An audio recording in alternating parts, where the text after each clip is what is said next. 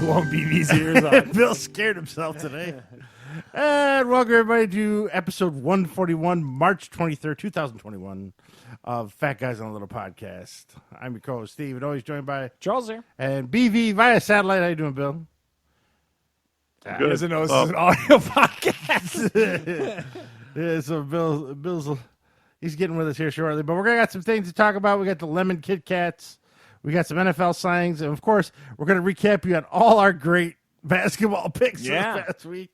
Which, we're clearly experts. Well, no one could predicted some of the stuff that happened this past week. It was insane, Oral Roberts. But first up, coming up this week, next week actually is Easter. But before then, there's a big celebration. It is Dave Markey's birthday this Saturday. 147 years old. 147 years. He looks like an old catcher's mitt. I texted him today.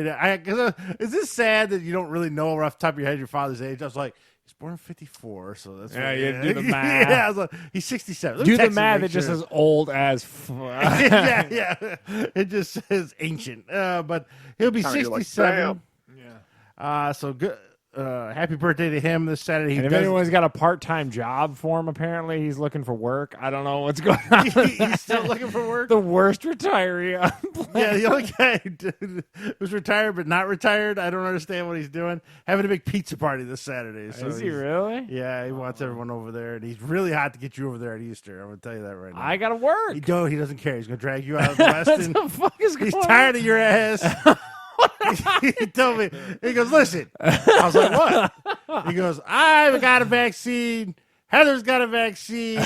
Michelle, Kim, Charles will get his ass over here. I was like, really? He's like, yes. You got no excuses. I was like, is Courtney and her kid going to be there? He's like, yeah, well, there's an excuse. Thank you, Steve. Being the voice of reason. So don't be surprised if he shows up at the West and just drags you out. I got to work. He's going to fucking get you over his house. I'll go over there. He was very determined. I'll tell you that. Very unusual for him. But it was pretty funny. I think he's mildly annoyed you missed Christmas. I can tell. So I don't give a shit about this COVID. Get his ass over here. Wow, dude. I know he's a Trumpster, so COVID doesn't exist. But. So there you go. Now, also, I want to put a shout out to a couple of my friends that work at 7-Up. Hard work to do, I would assume. Being a picker at a sugar factory, he's got to be really hard. Yeah, 2 liters are not light, and cases and stuff. But they're on strike this week. The Teamsters went on strike. They're after more money. And get your money, people. All these grocery stores are jam-packed, and people are still buying pop or soda if you're listening to us in the South. I don't know if you are, but nonetheless, so I get what they're saying. Like, don't give me this shit about you're struggling right now because, COVID there's no way COVID impacted the sugar industry. There's no way. I'm sorry. Yeah, and anything else, there's Diet 7-Up. Yeah. So there you go. Friends there, good luck on that. Being on strike does suck. The uncertainty of it all. I've always wanted to go. I can be honest with you. I always have. It's one of those things where I'm like, just give me the word and I'm out. And I will see. I went to the Book Cadillac and supported them and picketed there just to do it. Yeah. We were this close at Farmer Jack's a couple times. Yeah, I would do it. But the other fun thing, if they were straight up soldiers down there too. It was great. They were screaming at people. It was awesome. Eye-opening event that I didn't know I needed on my bucket list until I participated in it is a giant. Don't worry about it. It's just the end of the world. Continue. The giant Union Hall meeting about before you go on strike. It gets real. Oh, yeah. You see them in movies. Nowhere as intense as it is in real life. Because that's guys' livelihoods and family. They're screaming, throwing chairs. Yeah, it is great. Crazy at a Union Hall meeting with that kind of stuff on the line. When I went down, there was roughly 20 of us when I was on the line with them, and they were beating on buckets and screaming at every guest. Security was beating on buckets. Making noise the whole time, 24 hours a day. It was freaking, Steve, it was the best thing I was ever part of. Dude, it was so good. And then, security would have to, meet the guests and escort them into the building and stuff like that. God, I loved it. Dude, it was so cool. So how did that end? They go Hotel Cave and gave money, yeah. Mm-hmm. Yeah. Unfortunately, that building is currently for sale because of COVID. So that's a whole thing off air I can discuss with you guys about. Yeah, it's pretty nutty. Man. Some insider Hospitality industry is rough, man. I know that everyone's pouring one out for the restaurant business, but a lot of those restaurant employees work inside of hotels, and those hotels are struggling, and it's a whole thing. Now that I think about it, I've never been in a union job before. I thought the glove man was a union gig. No. I was non-union in a union shop, and that was a problem. Ooh, scab. Yeah, it's so far. Having worked a union gig, I know Steve has his thoughts and stuff like that. I'm a big proponent of them, having worked it now for 13 years. So, yeah, I mean, if they get you the benefits and stuff you want, then they're great. If they don't do for if you can get everyone together and have one voice, it's really powerful. The problem is you start to realize people's selfishness can creep in pretty quickly, union or non-union, and that's always tough. So, but more power to the Teamsters of 7-Up, and I hope they get whatever they're looking for. Yeah. Carlos, good luck. He's actually a union steward there, too. Good job, man. Go for it. And I guarantee that 7-Up can pay what they're looking for and stay strong, my friends. I don't give all these corporations that bullshit and act like they're broke is the biggest crock of shit. Though, let's ask around the room here. When's the last time you drank a 7-Up? Recently, the zero sugar cherry 7-Up is delicious. Really? Yeah, we just had it in the house the other day. It was good. It's got to be 6 years since I've had a 7-Up. Oh, really? It might have been at Papa's house. Oh, I'm not wow. even sure. Bill, have you had a 7-Up recently or anytime? Not recently, but it hasn't been 6 years, maybe a year or two. I want to say 7-Up also bottles Dr. Pepper, too. So I like Dr. Pepper. Well, Dr. Pepper I've had, but I just got I think a that's in regular the same 7-Up. group. Hey, your Or Sunkist, even I a think, is diet there, too. 7-Up.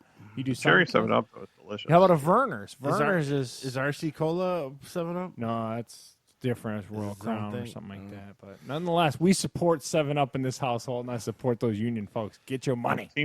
Teamsters aren't what they used to be. No. And that's the problem, because selfishness is real. Yeah, well, some of that was self-induced. The Teamster leadership, they were some crooked bastards. So that's it. Good luck, Carlos. Good luck, Carlos. Good luck, the Teamster brothers down there. So next up, Trump is like a groundhog. He came up and saw his own shadow, and he has declared he's going to make himself a social media platform in the next month or two. I got to tell you, I think that CNN is doing themselves no favors either, because they keep dredging this guy up like he is Voldemort to them. They won't let him die. It's like, if you want to move on, you want people to move on from him, maybe don't give him so much publicity. But they said that his did you see his jet's in ill repair in New York or New Jersey, one of the two. It's been torn apart and stuff. So I don't know if this whole thing has been too kind to him. So we'll see how his social media platform goes. Well, I got a little inside the NFL here for you. Oh, what do you got? RJ, Is VR Metro going to be doing? No, it's not VR Metro, but RJ, who is Randy's son, is in. He's been working for this preacher. He works for the Does government. Roku channels, right? Or Yeah. For this preacher, and this guy's a big time preacher. Well, this preacher got in bed with the My Pillow guy. Dave, what is this guy? I think his name's Mike something. Oh, Mike Lindell. That's it. Yeah. He's got the big Ned Flanders mustache and the freshly dyed hair, and they together are building a conservative social network also. And I already know from insider sources that it's pretty close to being done already. The name of it's going to be called Vocal, but it's going to be spelled VOCL. Okay. And they've already secured the servers. They're their own servers, so none of the tech companies can pull a. Okay. They're AWS kind of thing. Yeah. They're doing their own thing. Over $100,000 in servers, so they're expecting some big. This Pillow guy, I guess, since all this has hit, he's been on all these weird alternative news networks going on about the fraud and he won't let it go. He's like still. Oh wow! And now he's also, a lot of stores have kicked his pillow out of the. I remember that. Yeah. So he's kind of got a boost in sales because all the conservatives started ordering trying online, to help their brother out, kind of. So he's made like over $200 million in the past year, and he's pouring it all into this social network and some documentary he's building. The guy's a nutcase, but okay, whatever. RJ's getting the money. That's all it counts, right? Make your money, RJ. But so the not one, but two conservative social medias you'll be seeing in the coming up to go along with Parler. Now Parler's still out there, so well, and that was going to be my question. Why are they not joining forces a la the Justice League as will premiere later? Why? They don't have a Batman to recruit them all together. Yeah, they got no Nick Saban. They don't have a Nick around. Saban to recruit them all. So that is out there. I'll let you know more about that. But there you go. So I think it and by no means am I going to be a part of this, but I think it's smart that they said, "Hey, we got to do everything on our own." Because the minute there's a real funny side story between me and Randy on this one. So about a year ago, when they first started fact checking all of Trump's tweets and then taking some down, Randy was really pissed about it. And I guess freedom of speech, stuff like that. So he was like, "There's a bunch of bullshit." I go, "Well, it's their platform and they can do what they want." Well, it's still, it's the only way you can get out to the world. I go, only way he can get out to the world. I said this a year ago. I go, well, why don't he just build his own conservative network? I literally said that. Yeah. Or go to a conservative social media platform. Well, then no one's going to hear him because nobody has that. Well, how is it? And ironically enough, a year later, he's building one. He was the president of the United States. Yeah, I know. He has unilateral freaking autonomy to shut the networks down for his use.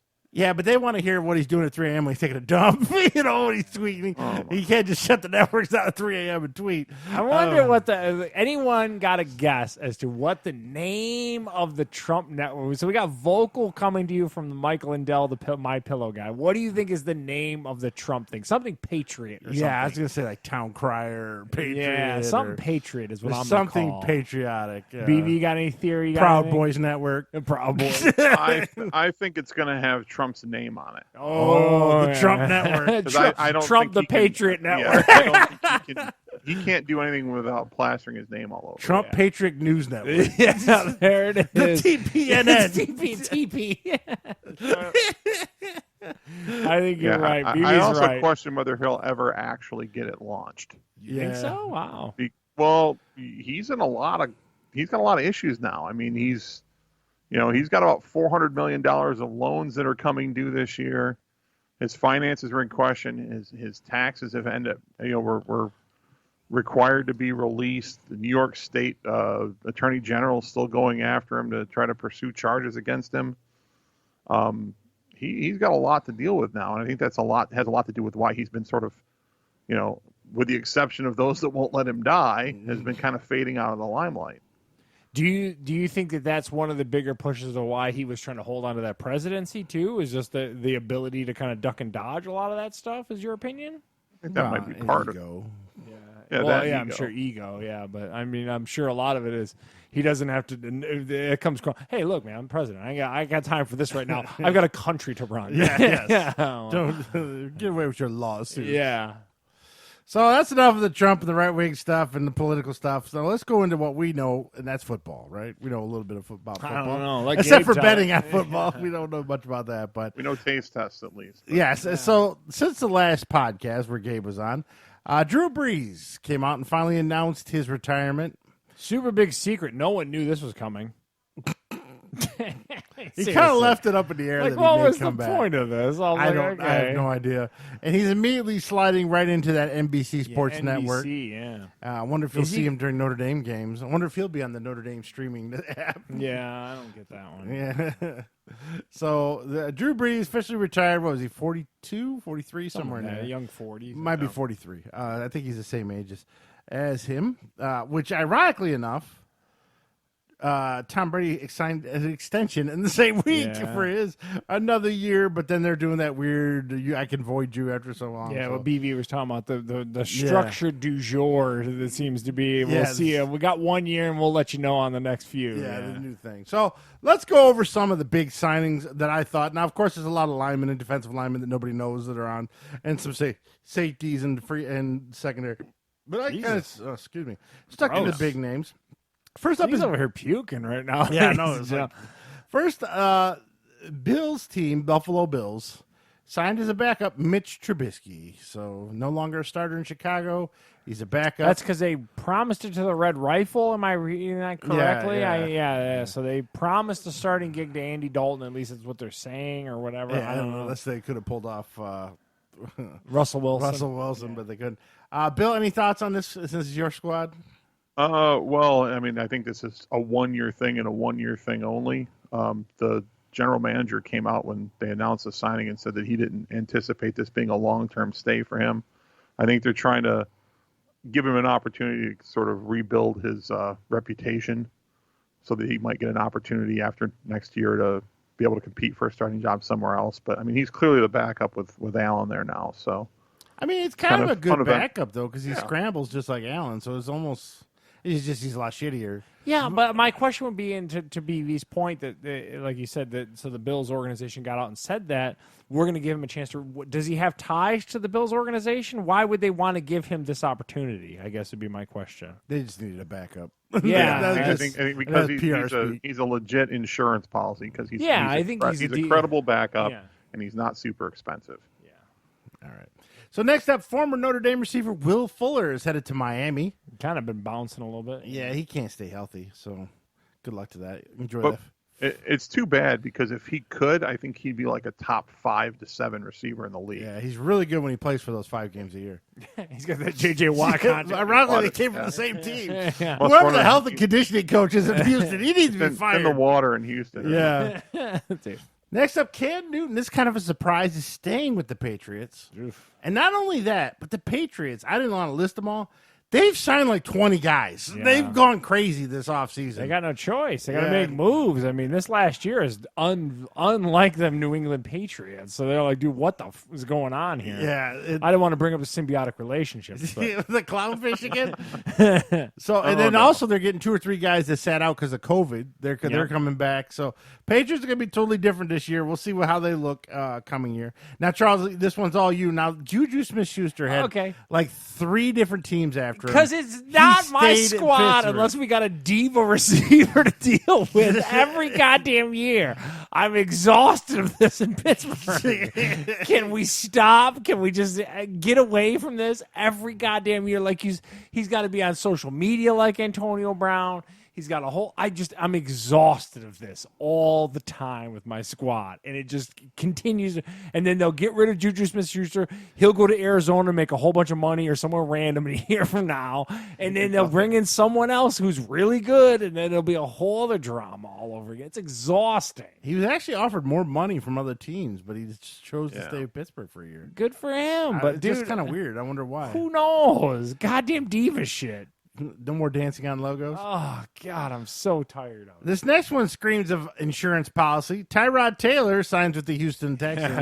And we're going to go in a minute over why. I wonder why. What do they need that insurance for? What's going on with DeShaun? It may not be a trade that gets him. Yeah, for real. Now, former Lions receiver Marvin Jones has gone down to Urban Meyer in Jacksonville to help Charles with that bet against Bill. Yeah, I'm curious to see. I haven't seen a lot of moves at Jacksonville. Are they waiting to let the dust settle on that draft order or something like that? There's not been a lot of stuff They have some guys, but nothing major. It's really kind of quiet that way. Yeah. Not enough.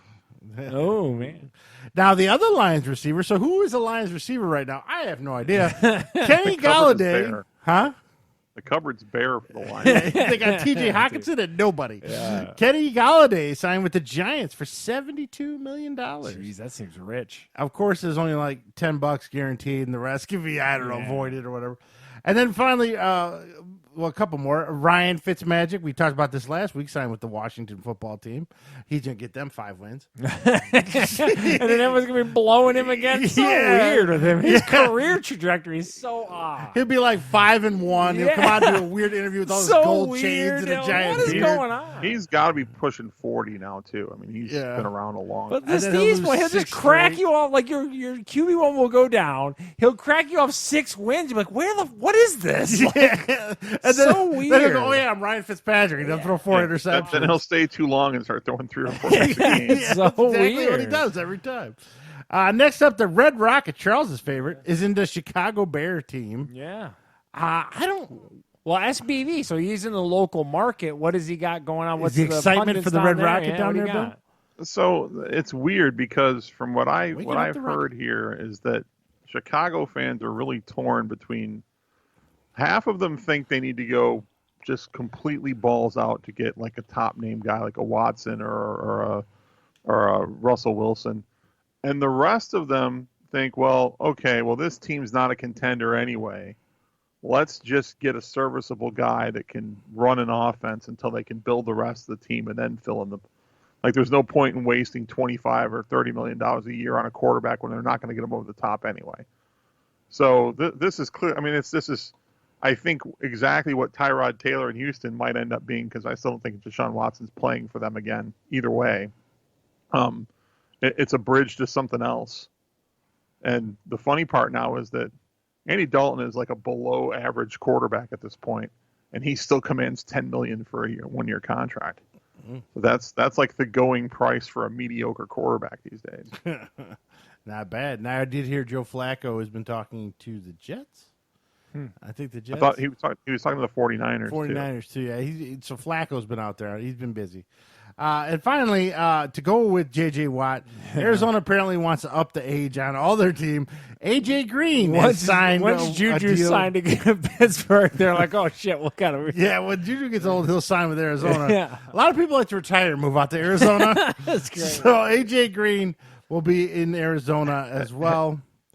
Has there been a guy, I mean, because he was another guy that when he plays is like a top 5 guy, but has there ever been a receiver or any other player that you can think of in the last 20 years that's had more hamstring, calf, and toe injuries than this guy? This guy is the king of soft tissue muscle injury. Yeah, you're right. He pulls something every other week, and then he's out for 6 to 8 weeks every time he pulls something. Yeah, and as I was doing this, the Chiefs signed like three or four linemen. Same thing with the Niners. They've signed quite a few linemen. Not sexy signings, but yeah, it's always good. It's solid. Like Kyle Long, I think, was one of them that went to the Chiefs. So the Chiefs are trying. They watched the Super Bowl and they watched Mahomes run for his life. They're like, we need some linemen.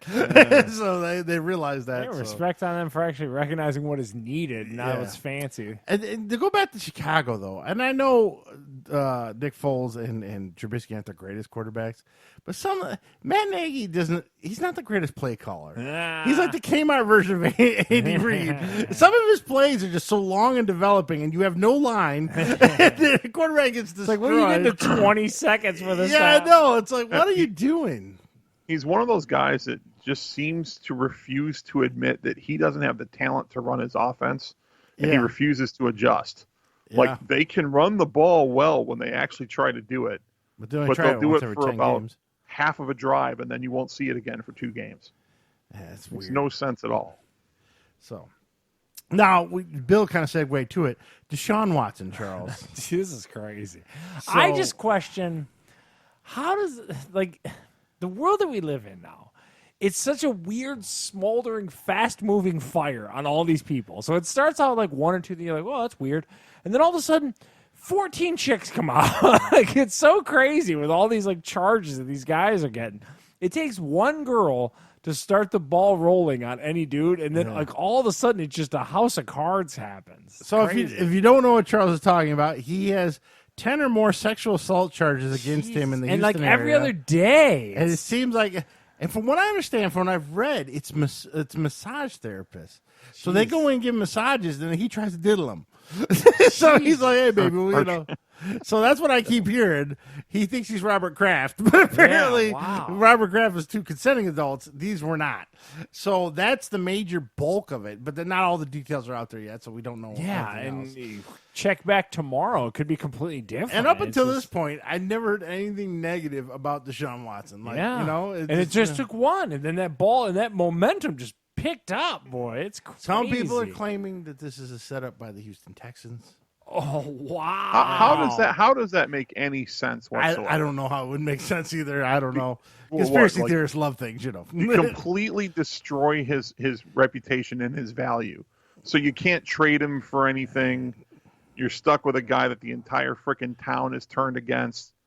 That makes no sense at all. Yeah, I don't know. That's one of the conspiracy theories I've been hearing. The confusing part about this, too, is that you've got 16...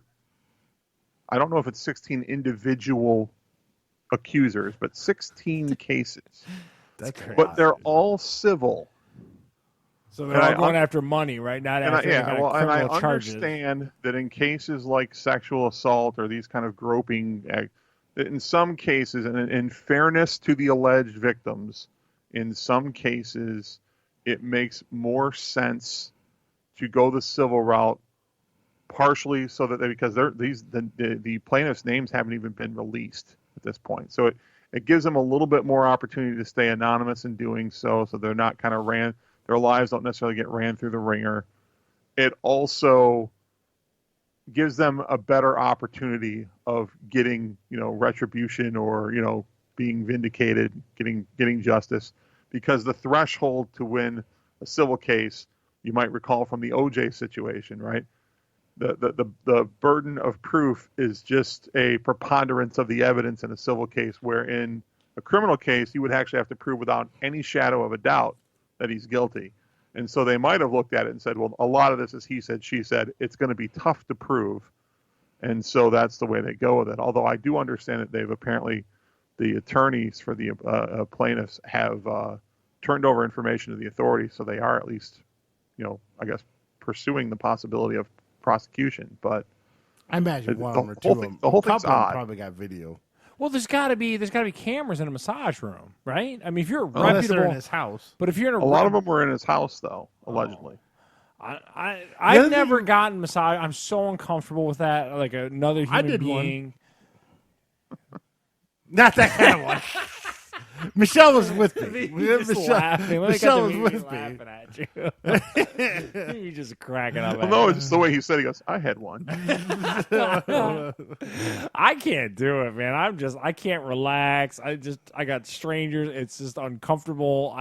The whole thing, man. I'm just not into it at all. I would be cool with like the chair massages. Like where I had this at my bank one time, where it was like you get this. You went into the bank and they just like a little complimentary 15-minute. You're fully clothed. Random. The worst part is BB took his pants off. You're fully clothed. It's not that kind of massage. You sit in a chair and you face forward into this pad with your face, and they massage your shoulders and back. Nope. There's nothing. It's certainly not like the spa massages where you just have a towel over your ass or whatever, and however that works out. But I'm wired too tight for that. I can't do it. Be very uncomfortable as well. Yeah. Well, now the thing I found so weird about DeShaun Watson is his lawyer is the same guy that defended Adrian Peterson during the spank case and Roger Clemens during his PD. And I'm like, didn't those guys lose? I don't know. Check that track record, DeShaun. Yeah, I know. I was like, I don't know if you hired the right lawyer, but I don't know. Well, from what I understand, the two lawyers that are. Both the plaintiff lawyer and his lawyer, Rusty Hardin is the guy that was trombone. They're both very, very high-profile lawyers in the Houston market. Oh. So these are your Feiger types, the ones that have been at the news. They do a lot of the big cases, and so they're known to the public. Mm-hmm. It just feels like every time I check ESPN or Yahoo, there's another couple of them coming up. I'm like, this is crazy. Yeah. It's much like that Louis C.K. thing where it's just it just progressed so quickly. Now, did you hear about the guy from Silicon Valley? Yeah, Thomas Hiddleston or something. Something like that. I guess he went. What's the whole story? I know he's brought up on charges. Someone claimed there was a nightclub in L.A. back in 2019, 18, somewhere in there, and basically pre-COVID. It was a weird goth type of alternative nightclub, I guess. And he went out and he did a bird. He was on the dance floor. He's grabbing some ass and dancing with girls. But I guess he knew this particular girl, and she did not like his advances and went off on him. And then makes it worse is he sent her an Insta message or something on Instagram saying, hey, I didn't mean. He misread the situation, I guess, but to make you uncomfortable. So he has it in writing where he's kind of admitted she has it in writing anyways. Yeah, but I mean, if he read the signal, but if he read the signals wrong, she could say that there. I thought there were. It's like the Aziz Ansari thing. I'm not trying. But, I mean, we're obviously three dudes sitting in a room, and who listens to us for our ability to analyze this kind of stuff. But I'm just saying, from a male perspective, dudes read signals all wrong. I mean, we're Neanderthals. You might be very apparent. I guess is what I'm trying to say. So. But that was the only, and there's only been one for him. There wasn't a bunch of girls that came out on him. Just one of them. But DeShaun Watson, every day there's a new girl. Yeah, and I guess the massage was the ticket in. But there you go. So that's going to do it for the news on NFL. And Charles, show them what we have this week for the. Now we like Pringles, we like Oreos, and the other one we kind of have from time to time are Kitkats. Now, as Bill said earlier, these are at Target. These are lemon crisp Kitkats. You can find them in the Easter section. That's where I'm mistaken. We've had a lot of random Kitkats on the show. Yeah, I like the raspberry ones, if you remember those.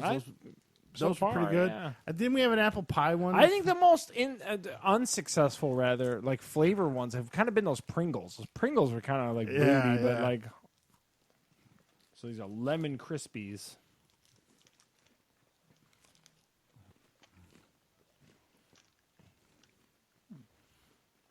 It tastes like a random lemon cookie. I got a big affinity towards the lemon as I get older. I love it. What you got, BV? It's good. It kind of reminds me of tea cake. Yeah. Kinda What? It's good. Tea cake. A lemon cookie, right thing. Right? Yeah, like a lemon bar or something like Yeah. that. Yeah, that's really tasty. I don't know. Your daughter didn't like these. My daughter's an ass. Well, there is that, folks. I actually have to say this is, I think, probably the best flavor of any of the Kit Kats we've tried. Yeah, of the out of the box ones. Yeah, I this is swear we really had good. an apple pie one, and I really liked that one. I remember did. liking that one. This lemon one's tasty though. There was also a Steve's going birthday into cake one that was, I don't know if we did it on the show, but there was a birthday cake one that was all right too. Yeah, I think we did. I didn't like the mint, but I'm not a big mint fan. Yeah, that's good. And there's Really a good. coffee one or a cocoa one, too. Not This is a tasty Kit Kat. BB approves. Not a ton of lemon to it. So we learned. Yeah, just the right dose. Yeah, what was it last week or whatever? We had those lime M&Ms. Mm-hmm. That lime gave it a weird medicinal, like chemical, cleaner taste. That one just got like a tasty, pleasant, like a lemon bar kind of taste. That's really good. Oh, yeah, that's pretty good. So, Steve, what do you think of the yes or no on the Big lemon? thumbs up. Give it a 7 out of 10. BB? And if you like lemon, even higher. Oh, yeah. What do you got, BB? I'll give it a big thumbs up too. And I'm not normally a big lemon lover, but I would give this, I don't know, 8.5, 9. It's really good. Yeah, it's tasty. I'm a BV. It's like an 8 for me. It's really good. I like the lemon. Yeah. As I get older, it's like one of those things I just really love. When Lemon Bill's- bars are right When up there. Bill was in high school, his nickname was the Lemon Lover. The lemon. He didn't want to tell anybody. So the moral of the story, folks, if you see those in the Easter section, grab a bag. 'Cause Yeah, those 'cause are pretty good. I All think three it's- of us is the most I think unanimous. that's the only like- way you can get it too is the bag. Yeah, and it's really? only limited time, so Yeah, that's a good one. you got man. until probably next Sunday, and then you're not going to see Pick him that anymore. up, ladies and gentlemen, because it's good. Yeah, throw Or those take my bag so I don't eat all them shits. BB's gonna get that diabetes. throw the peeps on the floor, and then Yeah, grab the lemon that's bag. good, man. Speaking of diabetes, I got some Diamond Select Put these thing. closer so I can eat it for the other show. You can't have it. You got diabetes. No, I'm good. Diamond Select survey from Henry Ford Hospital, and what it is I got to fill out the information, answer a couple questions, and they're going to send me $30. It's all diabetes based, and so I was elected as a test subject for some. Maybe I'll get some weird new metformin that make me shit my pants. But I don't know why I brought that up, but that came in the mail today. I just Good to thought know, of it. ladies and gentlemen. Yeah, Steve might crap himself. So when we start that $30, diabetes shit his podcast. All right. So next up, we're going to go into some reviews and thoughts on some reviews. And this one I am shocked Charles watched as well. The big one this week, as Bill chokes himself to death, the big one this week, the lemon that killed BB BB. dipped another lemon Kit Kat. I can tell by looking at it. Did you eat another one, BB? Yeah. BB I ate what I pulled out. BB's The into bag, it, the man. bag is not in the room. You so- gotta keep it separate. So how many of those little ones you think make a full size Kit Kat bar? It's Probably two. It No, looks like, it's gotta be more dude. two. Oh no, I'm talking about two make a piece of a Kit Kat. Yeah, so you'd have to eat what, force Eight eight of them yeah, I for one think. Kit Kat bar, probably. Yeah. That's what I'm gonna tell myself. I think it'd just be 4 for one Kit Kat bar. No, You think so? So the regular Kit Kat bar has those 4 wafers across. No, but they're longer. Yeah, they're longer. These are shorter. Yeah. We got to look that up. What's the ratio of snack size to full size? So the big one this week was on HBO Max, and the internet it blew up for this thing. This is Justice League. This is the Snyder cut. This is on HBO Max. It is in 4-hour movie. Basically, the one that was released in 2017. There's some backstory. Zack Snyder's daughter. This came out in 2017? Yes. Wow, I don't think I knew 17 or 18. I can't remember. Zack Snyder's daughter died while he was filming He this. dedicated it at the end. Yeah. Yeah, the cut. So he had to leave the film. They brought in Josh Whedon. They say it wasn't all just because of her death. The producers and stuff didn't like what they were seeing. It was too dark, not funny, and Avengers just came out. Avengers was funny and cool. So they were like, hey, punch this up a little bit. So they brought in Josh Whedon, who made the first 2 Avengers So you're movies. saying they might have hid behind the tragedy that he Yeah, had? a little bit. And when the movie came out, it was okay. It was more colorful than the one currently on the HBO, and it had a lot more humor in it. It felt a little more Marvel-ish than the other DC movies. A little more mainstream, Yeah, if you will. it really did. It had a lot more humor in it too. So since that movie aired and everything How else, long was the original? about 2 hours. Okay, so a standard movie length, you'd Yeah, argue? yeah. Okay. So since that time, there's been this cult following about a Snyder cut. And who started it was Jason Momoa was one of the ones that started it. Said, I've seen the Snyder cut, which he obviously was lying because it's not. He had to rebuild the Snyder cut this past year. And it's really good. And this is not, that's not the movie that came into the theaters and blah, blah, blah. So through fan demand, Warner Brothers caved, called Zack Snyder, gave him $70 million, and brought in some of the old actors back to add new scenes, new effects, new everything for $70 million, and told them it's going to be on our HBO Max. Do what you want. You can make it either a 4-part miniseries, one long-ass movie. Well, because it broke down into, having watched it, it was into parts all the time. Originally, it was going to be a series where Yeah. they're going to release all 6 parts or whatever, which I probably would like it better if it did that. But what it ended up being is Zack Snyder did a 4-hour super cut of this movie with his stuff that was taken out by Josh Whedon, and he shit-canned all the Josh Whedon stuff.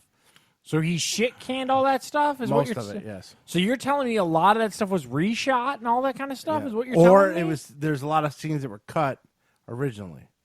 Like that opening scene, or the Wonder Woman scene, let's take that as an example, with the terrorists. Yeah. And the Josh Whedon, that scene is probably half the length that it is in the Zack Snyder scene. Okay. It's much faster, much to the point, and gets to the point quicker. Where in the Zack Snyder, you got the 300 slow-mo and everything else with that. Yeah. So that's an example. So the scenes are there. It's just he made them full Fleshed length out? and fleshed out. Okay. So that's the difference. Now online, people are in love with this. It's a 10 out of 10. It's the greatest DC thing ever made. Now Charles and I are going to give our thoughts. You want to go first, or do you want me to go first? No, we can just talk as a whole Okay, thing. We'll kind of so both jump in. I have some pros in. We'll go pros then cons. So first pros. we might argue about what's a pros and what's con. Yeah, you may. So Marvel showed a lot of backstory to their other characters in other movies. DC didn't do that, especially with Cyborg and Flash. So either you come in as a comic book nerd like myself and already know the backstory, which when I watched the Whedon version, I was fine because I knew all the characters. You're calling this a pro? For the record? Some of them, yeah, some people really like that. Oh. So you got, in this movie, you got the whole backstory of Cyborg. You got the backstory to the lamest characters in this movie, I BB. know. So they don't give you any good background. They give you the background But people story. love that they did no, this. No. They got to flesh out the Flash going to a puppy store to get a job, and then he witnesses a hot chick who he oddly flirts with. Puppy store. Yeah, a puppy store, puppy mill. He was going to be a dog walker, yes. Yeah.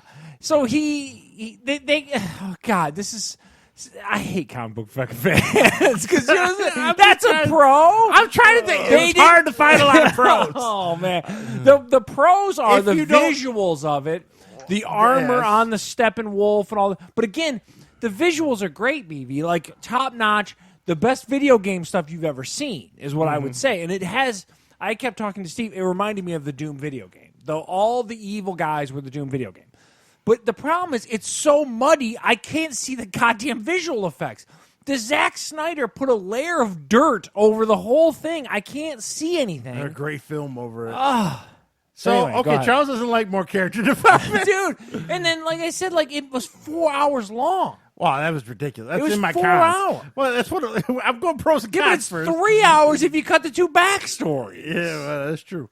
Now, the other pro I have is, like Charles touched on, I thought the villain in this one was much better. Yeah. In the Josh Whedon version, he's just kind of there, gets his ass kicked a lot, and then at the end gets his ass kicked majorly. This one, he's a little more menacing. He's got like that living He armor definitely stuff. was a little more badass. Yeah, way more badass in this one, but it doesn't pay off in the end, and we'll cover that in a minute. Fight scenes were much better in this one, but Zack Snyder, he excels at that, right? I was entertained. Yeah, I thought it was a little over top with the guys in the turrets a little bit towards the end and stuff like that. Like a lot of generic random dudes on turrets were kind of They like, felt like Halo turrets, too. Yeah, a little bit like that. I don't know. He took Keep out the going. grunts. But the fight scenes were definitely better. There's some slow motion stuff. I agree with you. I think the best Did sequence... you watch the first one or no? No, I did No, not. okay. The best sequence was the bank robbers with the Wonder Woman stuff. They make Wonder Woman out to be so badass in this movie. Yeah, I mean, well, that was my other plus. okay, Wonder Woman is better in oh this my version. god! Like Wonder Woman is short of Superman, Wonder Woman is right there, just Yeah. below Superman. Yeah. In this thing, and every time she comes on, BB, there's like a oh every that time. Wonder Woman music yeah, it's comes so on. weird. I'm like, It's yeah, just like kicking she's got her ass. own theme music every time she comes on the screen. It's Well, so in the weird. original, she didn't do that much. In this one, she does a lot more. She is badass in Yeah, this yeah, thing. so- Jesus. If you like Wonder Woman in the first, I'd like her better in this than I did in Wonder Woman 84. I'll tell you that I much. didn't see Wonder Woman 84. I like the original Wonder Woman. The first Wonder Woman movie yeah, with that Gal was Gadot good. is very good, Yeah, and yeah, I will yeah. admit that. But. So, all right. So those are the positive I can think of. Visually awesome. I thought that looking. also, if I'm except for the honest, muted I like colors. the Jeremy Irons as Alfred is pretty good. I don't know Yeah, if even that though he character- got a lot of scenes. in the Zack Snyder cut. Yeah, he did- has barely any in the it other was one. pretty good. I thought it was kind of interesting. Yeah. He did that. He's trying to know how to make the tea and stuff like that. That's very Alfred-esque, I thought, and Mm-hmm. stuff like that. I was entertained by that. Who is the guy who's running the lab? The Chinese guy who gets the lab at the end. He's going to turn into be someone He's too. going to be the Atom. Okay, 'cause they made a point on that one Mm-hmm. too. Like, you're in charge of the lab now. I'm like, oh, that must be someone who turns into. I'm like, okay.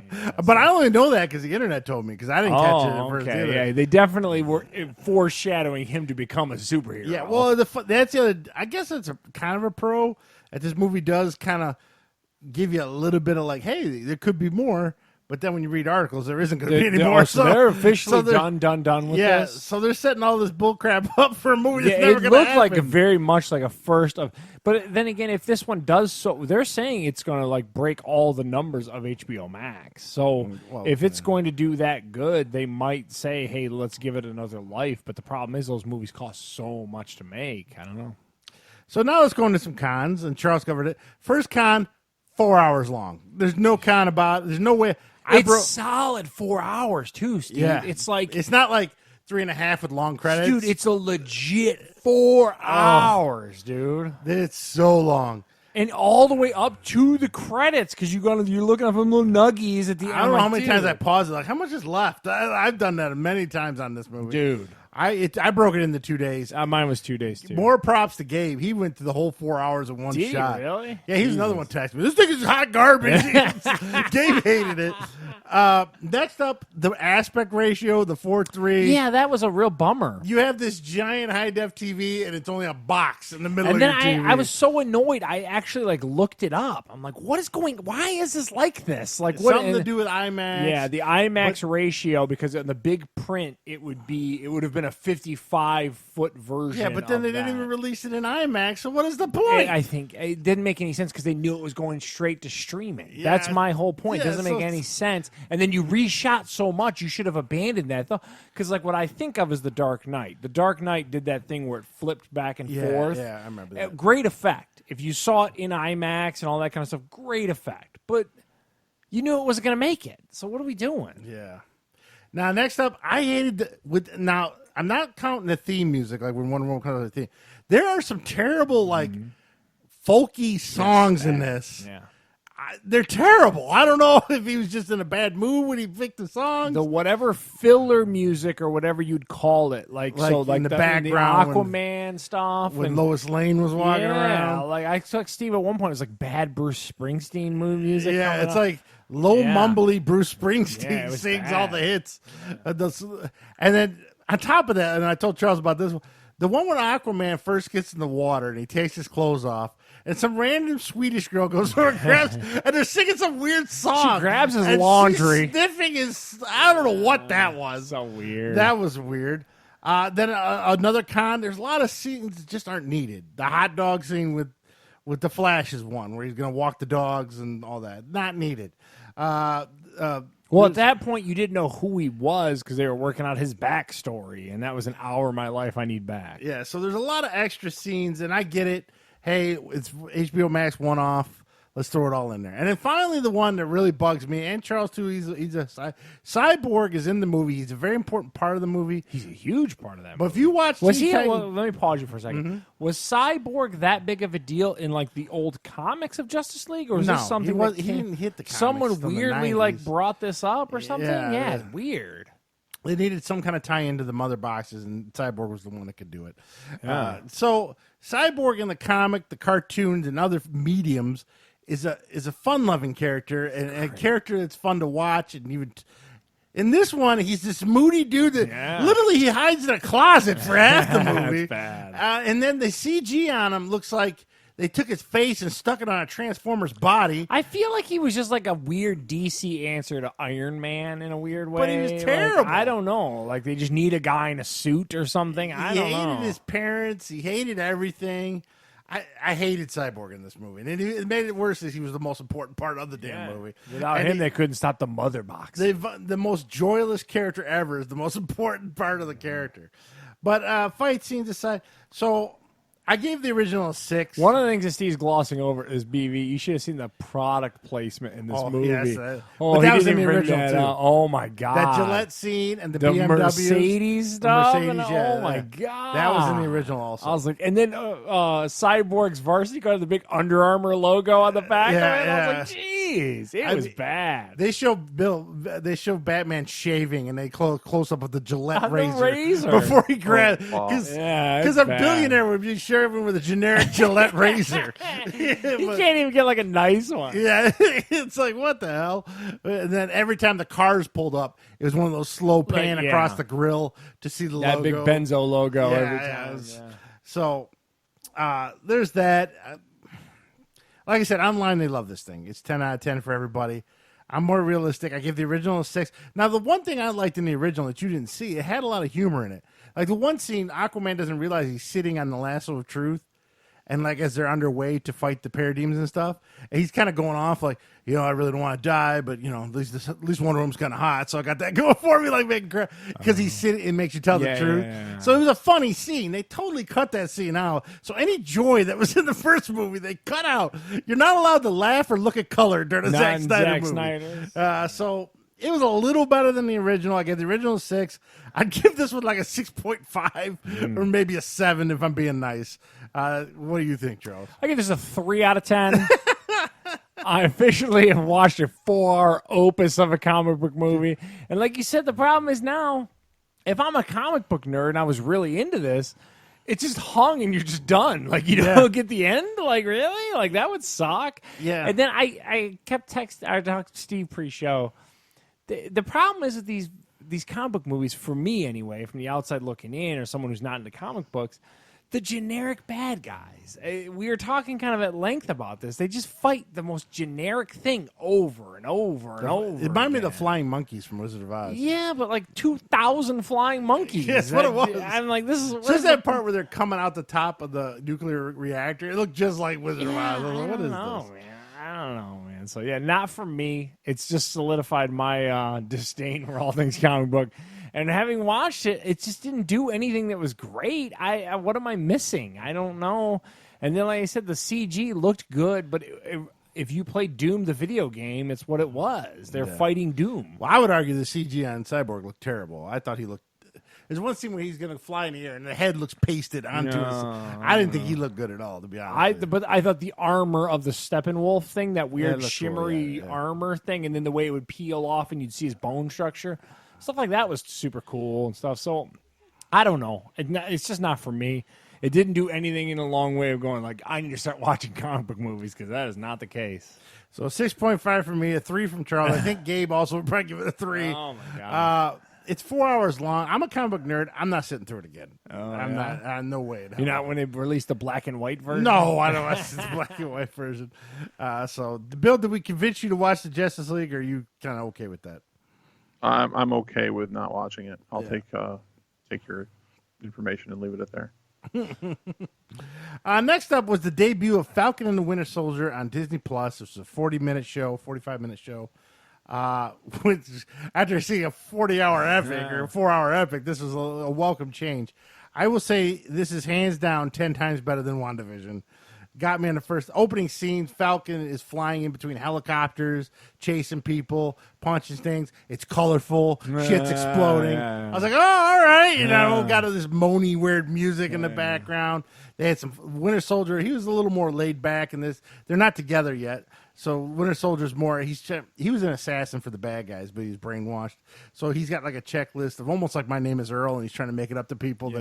So he's kind of doing that, and they flash back to some action scenes. So you got about 20 minutes of action, 20 minutes of character development, and then the show end. So it was a really good kickoff. It caught me immediately. Unlike WandaVision, that did that half-hour TV show weird shit where I sat here telling you, it sucks. This doesn't. I look forward to next Friday for the next episode. Do you have to have watched the Captain America movies to know what's going on here? The only thing you really need to know... Because there was big holes in watching the Justice League. You had to fill in some of the blanks on for me. I'm like, I don't even know. Superman's dead. Falcon the Winter Soldier, in the Avengers, one of the last Avengers movies, there was Thanos. You know him. He had the big glove. Yeah. And he's the one bad guy that's cool. Yeah. Surrounded by 10 million of the lamest people. Even cool about that is he had a theory that if half the population of the universe died, that the planets can maintain their natural resources. So like how we're eating the Earth up. I get you. So that's why he wanted the Infinity Gauntlet, because he was going to wipe out half the universe. So that way all these planets with life on it can still maintain the life. Yeah. And he did it in Infinity War. It wiped out everybody, half of everybody. So Falcon was one of them that ended up disappearing. Of course, the good guys in the next one because it's comic books and they do whatever they want to. So, and 5 years later, they come back.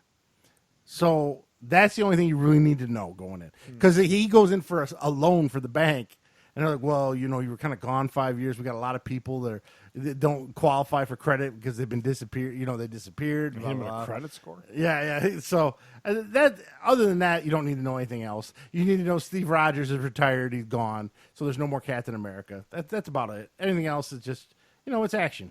And it's only 45 minutes, so you won't be out too much time. But it's so far it's solid. Okay, and then it's only 6 episodes, so I'll be back maybe to tell you how it ends and if it's any good or not. Now, Bill, we watched a lot on YouTube, The Dark Side of the Ring. You watched something new on this. What did you watch? Well, they've started a new season. They're calling it Dark Side of the Ring Confidential. The show's still on Vice.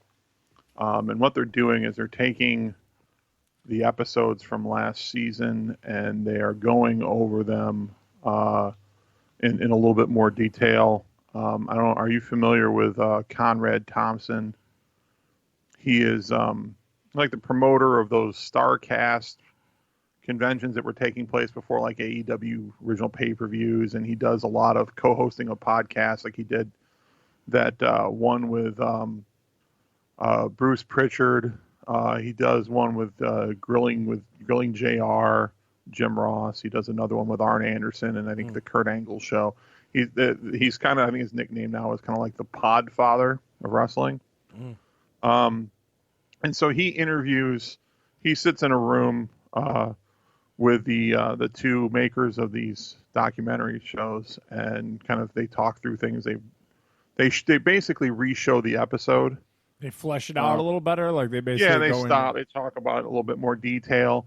They add a couple other perspectives. So like there's 2 episodes out so far. I've only seen the one, which was where they go over in detail the Montreal Screwjob, and they brought in a couple different perspectives. They brought in they brought in another referee in WWE, Mike Chioda, who stated that the original plan for this was for the match was that Davey Boy and Owen were going to jump in, rush the ring.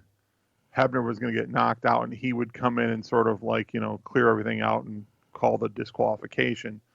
But before the match, they talked about, if you recall the episode last season, where Earl Hebner says that he was, Jerry Briscoe pulled him aside, as he was going out into the ring and was like, "You need to do this.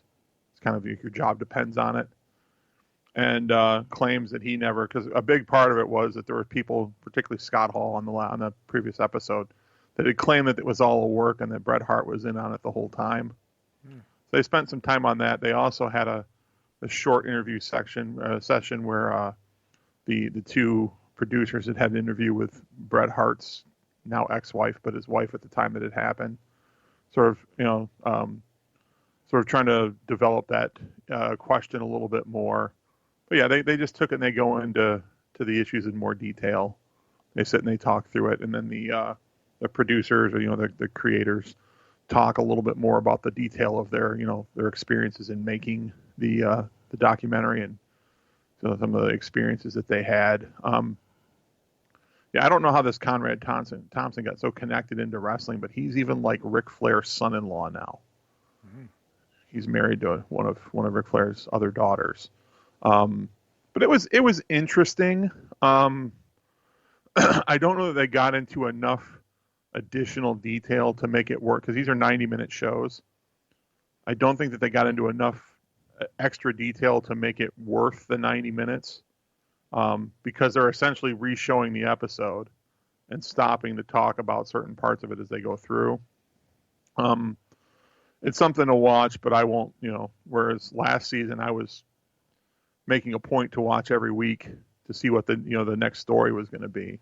And now that it's kind of retreads with just a little bit of sort of like you mentioned before the show, like the behind the music kind of version of it.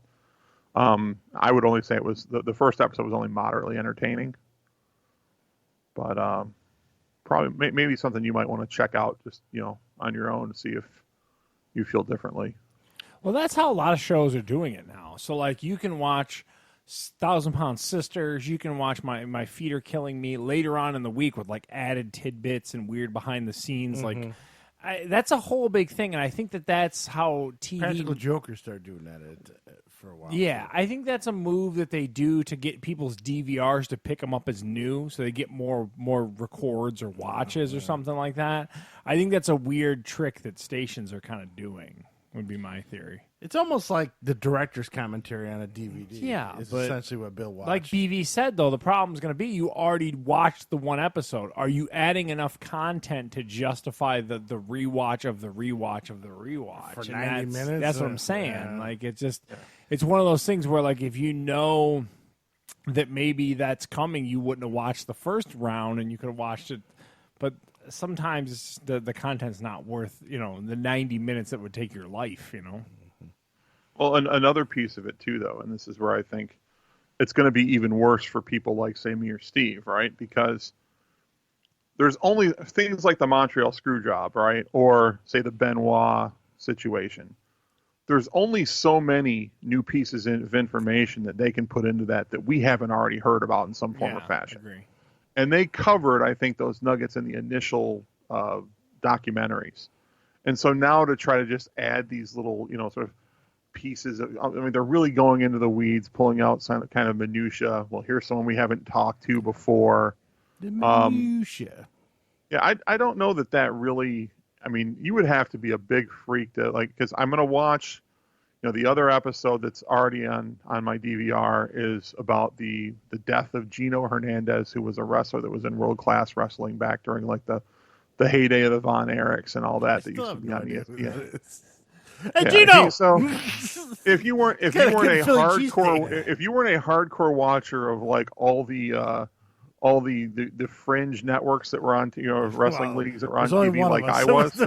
Yeah, unless you were that person the rabbit ears over there that would pop on ESPN at 4:00 in the afternoon to watch World Class, or sit there with a rabbit ear so you could get in like Toledo's feed for. Yeah, you get Toledo's feed for Mid-South and AWA every Friday night. You're not going to really, but the thing is though, is that I know who the guy is, and I might know a little bit about him, but I wonder if the issue with this, I think, is going to be as it goes further in the season, is it's either going to be something we already know enough about that they can't add a whole lot to it, or it's going to be something that we don't know enough about the people to care enough to know additional detail. Like we saw the story. It may or may not have been interesting. It was like, hey, cool. But I don't know if I want to watch another 90 minutes of getting really, really deep into the weeds on what happened to Geno Hernandez. The wrestling subject I want him to cover is Macho Man and Miss Elizabeth and that relationship. And then what happened at the end where she's with Lex Luger, ODing in Georgia. Let's cover that. That should be an interesting story. It's an open wound for Gabe. That's true. It was probably his aunt, Miss Elizabeth. You can't bring that up. The Poffo family wants to keep some secret. I'm just saying that we don't want to offend little Mach here. So. Let's go with that one instead of the fucking director's cut of the fucking last season. I don't know, but the one thing I will say in defense of this show, wrestling fans are hardcore. I mean, you guys know all too well. I mean, some of them are willing to consume whatever they can get, and sometimes it's like, dude, are you serious? Yeah. Well, but so you're looking at not to belabor this, but at the same time, right? A lot of this stuff goes back to a point where you really have to be of a certain age now to really remember any of it.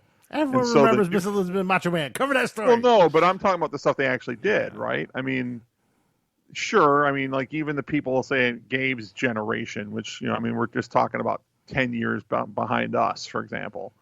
They'll know Montreal Screwjob, but there's no way in hell they'd have to be a hardcore historian to have watched Geno Hernandez in world class wrestling. Because they would have been real little when that took place. But I think that what you're not realizing, BB, is there's a big contingent, especially watching Vice, that is of our age group at this point. I like that channel. Problem is that channel's dying on the vine. That channel is becoming the G4s and the Spike TVs, where it's like they've just got the same four things and they're replaying it all the time. Like the Action Bronson show, that Fuck That's Delicious that used to be on Vice is no longer. He owns the show. He took it to YouTube. Maddie Matheson's only doing stuff for YouTube. So I don't know. There's some weirdness there on that Vice channel. So I don't know what's going on there. Yeah, well, I also wonder, too, from the wrestling standpoint, we know there's more stories, but are there a lot more stories that people are going to talk about enough to be able to make a full documentary about it? And I'm wondering if maybe they're also running out of new content. Yeah, it's probably a good point. Yeah. I don't know. I could think of some stories. Yeah, to your point, but you got to have the talking heads to, like BB saying, if you still have loose ties or hopes, because you know how wrestlers have their hopes about like still getting in the family and everything like that, they won't disparage or they won't come out and tell you the real truth. So you even take someone like Macho Man, right? If you want to go through his whole story, what about the rumor about him having like an improper relationship with Stephanie McMahon when she was a teenager? Nobody will talk about that. And what about him having that terrible relationship with Mrs. Wigington and Bob Evans? That's even more quiet. All right. So there we go.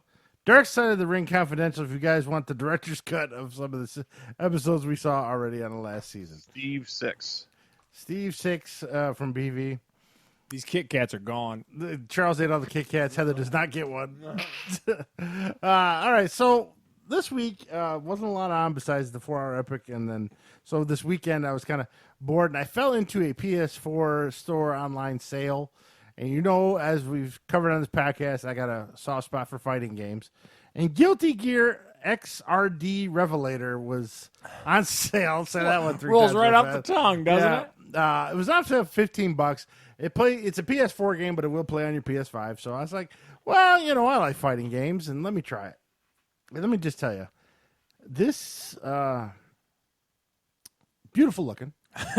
Let's start some positives. And anime, it's got an anime look to it. All the characters are very unique. There's not a lot of characters, probably 15 compared to most games now. They're in their 40s almost.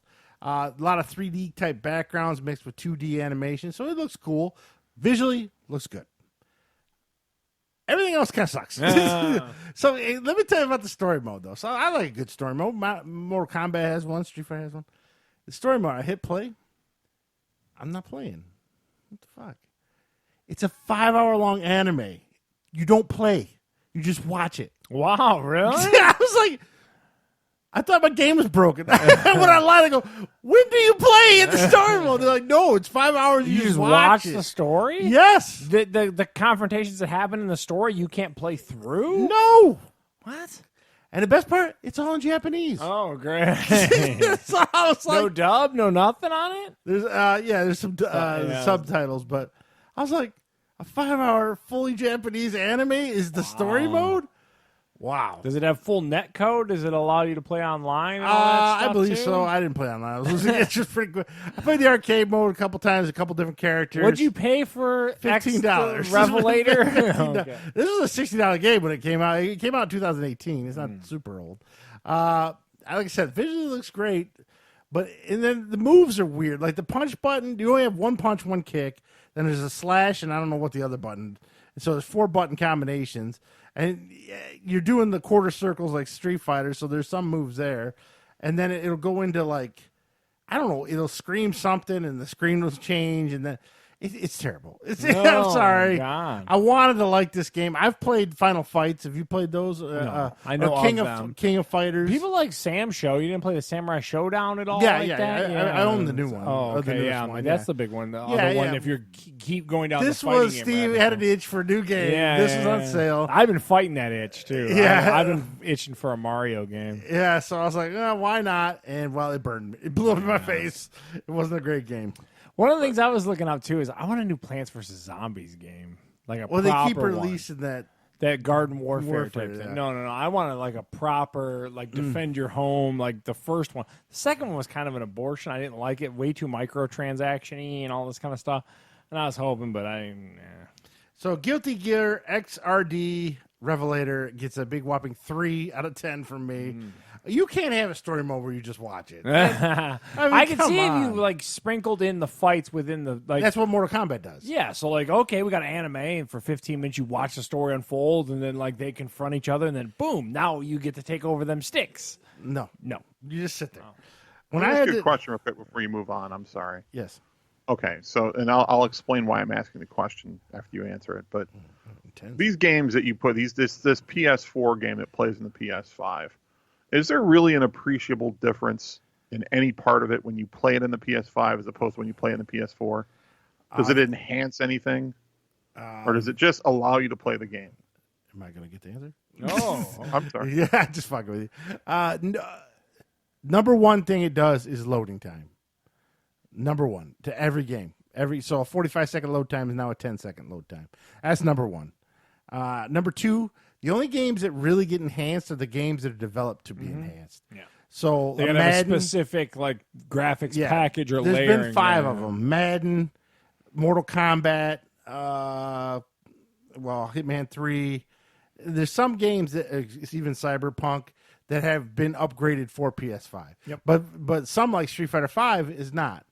But it loads so much faster because Street Fighter 5 took on PS4. But I took bet you forever to there's load. also a frame rate discernible difference too. That Yeah, me and but you are not I really don't that big of test that, snobs but they for. do Yeah. say that. Yeah, I bet you there's a frame rate bump and a loading time bump. Yep.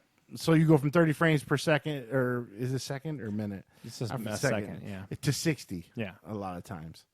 But visually, I can't ever tell the frame rate. And from everyone what online swears to God their eyes can read this. Yeah. And from what I gather, too, the fighting game community is huge into frame rate, too. Yeah, Because yeah. they can. And I'm not that hardcore. Yeah, me and you. It's much like when people like complain about like music quality. I'm like, my ears just must suck. I don't know Yeah, what's I going know. on. It sounds Like, all right to sounds good me. to me. I don't know. I guess what I'm wondering is, are people giving Sony too much of a pass on not having enough real content for PS5 by just saying, well, but you can play the PS4 games, and there's a little bit of a possibly noticeable enhancement to the game, whereas maybe they might be better off not giving them a pass and getting on their ass about having more content available when they put out a console. Oh, But here's the thing, though, too, BB, is both consoles are guilty of this. Yeah, So it's both not of them don't have you're shit. attacking just the Sony because Steve's Xbox talking about the same way. Xbox. Well, the and I same don't, way. and I've never had an Xbox, so I don't really, But it's don't literally know the anything same about them. issue. So yeah, both consoles are it- kind of getting a pass. 'Cause it's kind of the that's- same every console launch, though. But The first year, you got to admit, there's bare usually bones. way more games than what's going on right now. But you could make the arguments COVID. I'm not going to sit there and say that. Yeah, And the other consoles didn't get launched in the middle of a pandemic. You know what I mean? So Yeah. I'm not going to break their balls over. But it's my argument to why people are so adamant right now about getting a PS5. It's like, I'm all for it if you find it randomly like we happen to for your console or whatever, but like people who are like wound up about it, it's like, really, what do you got going on? Like you just randomly found it, and I was like, all right, I'll take it. Yeah, why not? But if you didn't wait 6 more months, it wouldn't have been a big deal. It wouldn't have been like, oh shit, I can't play games right now because I don't have that PS5 hotness. You this know? PS4 is so butt. Yeah, it looks all muted like Justice League. Crazy. No, I am interested to play. But unfortunately, I can't rent it because I'm not going to buy it. Is that new NMLB The Show? Those games always look pretty, even in Best Buy, where you see them playing, And then I think, oh, yeah, it's baseball. I'm going to get so bored playing this. But they do look beautiful for that, 2-3 minutes you see them at Best Buy. Yeah, look how green that grass is and the pictures. And then it's like, oh, yeah, it's fucking baseball. But I can't rent them anywhere. I wish I could. I would rent the baseball. All right. Would you realistically recommend anyone to get a next-gen console tomorrow? No.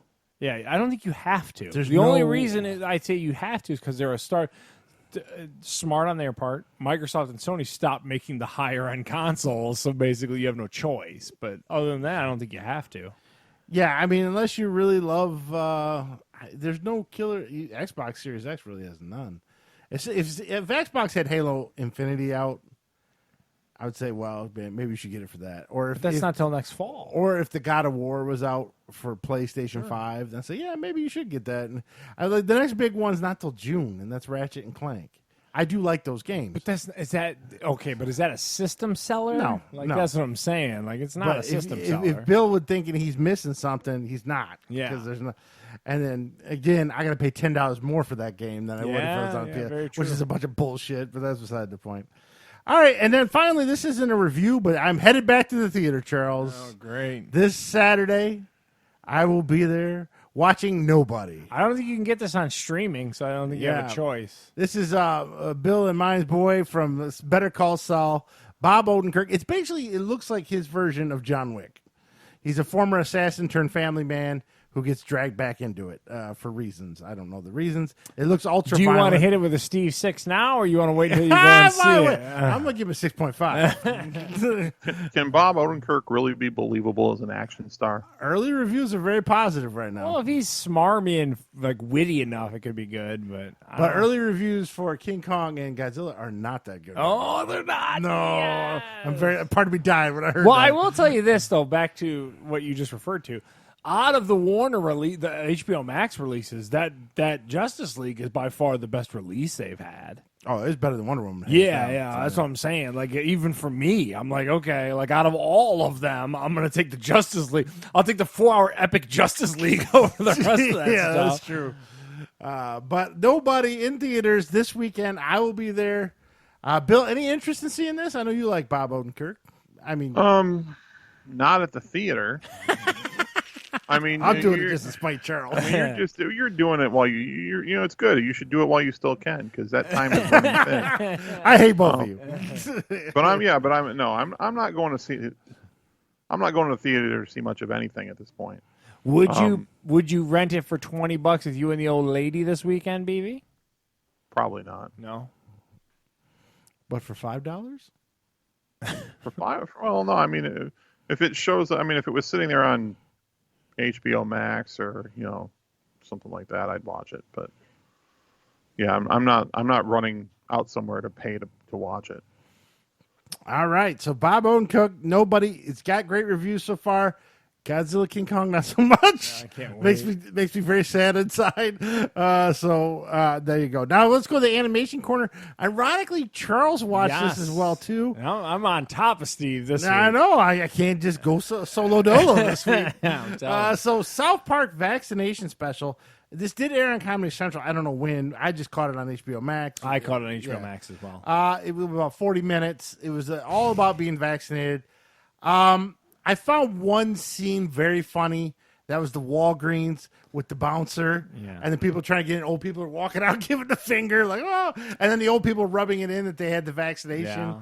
And then that was about it. Yeah. Your thoughts, Charles? This was terrible. Yeah. I text Steve again because that's what I do when I'm in the middle of these, because he's at work and I'm sitting at home usually. And I was just like, maybe South Park, maybe I'm getting old. I don't know what it is, but like, I feel like I'm just losing it on the South Park stuff. Yeah. It is just not funny, BV. I don't know if you've watched it recently.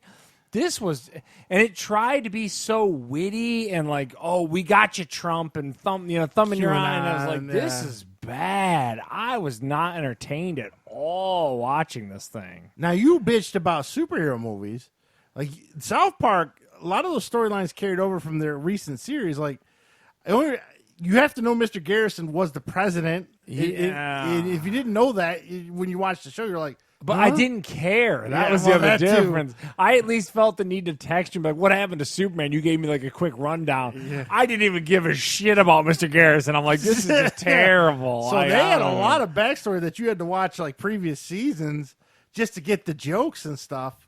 Dude, I don't know. Bad. Actually, I thought the vaccine part with the old people was funny. That the Walgreens is like an exclusive But it went through the whole episode. It was the whole They episode. milked that one joke quite a bit. When I first saw that first scene with the counselor trying to get in there, and like, you're not on the list, beat it. And then the old people are coming in. They come back to that 6 and 7 times. Yeah, and then they got to break in with an old person. Like, okay, I get it. It was kind of like the Geico commercial. Sprinkles! It was funny for 722 times.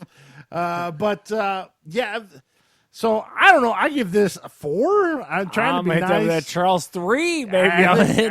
Charles, the Steve Thrace. A little nostalgia there, a little bit. The worst part is Cartman wasn't even funny. Dude, it was bad. And he's always the go-to funny one on the show, and he wasn't even funny. It was terrible. Yeah, I've had a hard time with South Park for the last probably like 5 years now. Yeah. Every time I turn it on,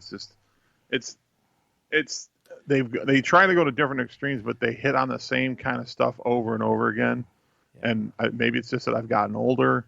Maybe it's just that this genre has run its course. I know I don't want to foreshadow additional later conversation, but it just doesn't work for me at all anymore. Yeah, I think BB's right. I don't know if we aged out of it or what it is, but So this is 2 things for South Park, because I watched the initial quarantine one or whatever. That too, yeah. Oh, that was bad too. Randy runs like a weed farm. Yeah, it was terrible. I don't know, man. I'm losing it on South Park. So that brought up the question that we talked about earlier in the week. Now, are the classic adult cartoons as a time for them to hang up, meaning Simpsons, Family Guy, and South Park? We'll start with Bill. He knows all 3. Is it time, maybe, those shows, that their time has passed, and maybe it's time for new animation or maybe a break from animation? Well, I mean, so Simpsons has literally been around now for, 25, 30 years? Yeah, I think it's 30. I mean, I never really got into The Simpsons in the first place. But, I mean, I saw the appeal to it. But how long can you do that? How long can the people stay the same age? How long can everything be exactly as it was before you just run out of things to do with it, or you just get to a point where, I think for us, I mean, even for you guys that are much more into animation than I am, you can only ride it for so long, and then you either age out of it or they need to come up with something else. Family Guy, to me, has got a problem because that period of humor, like dirty humor, for the sake of, people like us, has been kind of overridden by this massive push to everything having to be PC. And I think half of half of Family Guy would be offensive to people at this point. We just talked about South Park. I mean, it's not funny anymore. Yeah, but the problem is, I think that they got formulaic is kind of my issue. Yeah. So to be these point, I don't think that it's the offense that you take anymore. It's the same thing, just kind of rinse and repeat. Peter gets into something, and the you know what I mean? Like, it just kind of, it just beat that drum so much.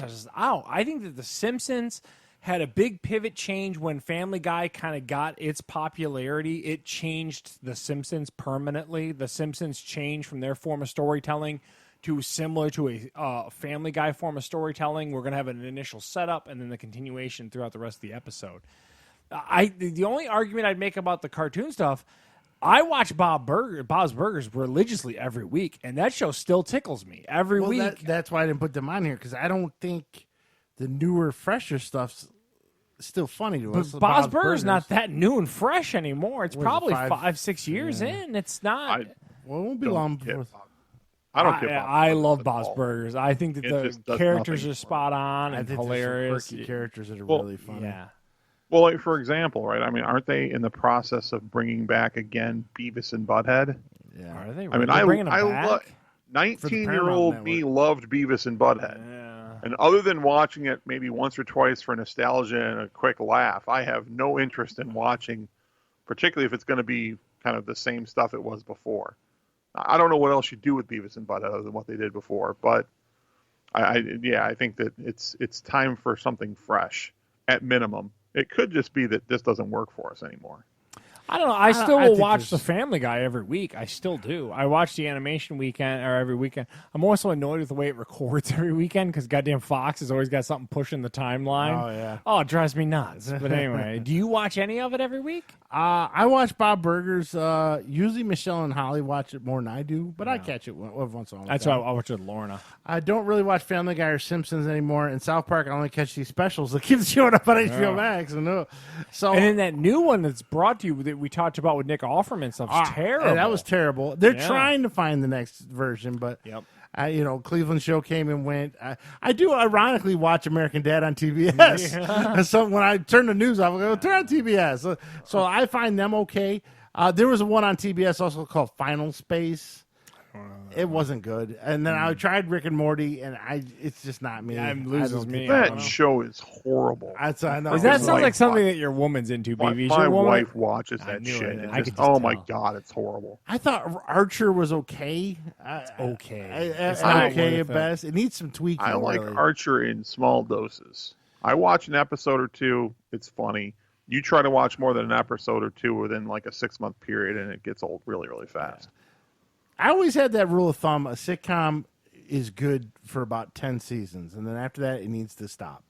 Because they just run out of the formula gets old, and I feel like drama series have got about 5 seasons in them, and then it needs to stop. And Simpsons, Family Guy, South Park has gone way past the 10, because that's what Office was about 10 seasons, and it got kind of bad near that 10th season, but they ended it and it was I fine. don't know, man. I get you I have get a comfortable. 10-season That's rule. a problem, though. You just get Well, comfortable. 10 years is plenty of comfort. That's a I decade. know, but it's just I part. mean- It becomes part of your life, man. That's Well, the issue.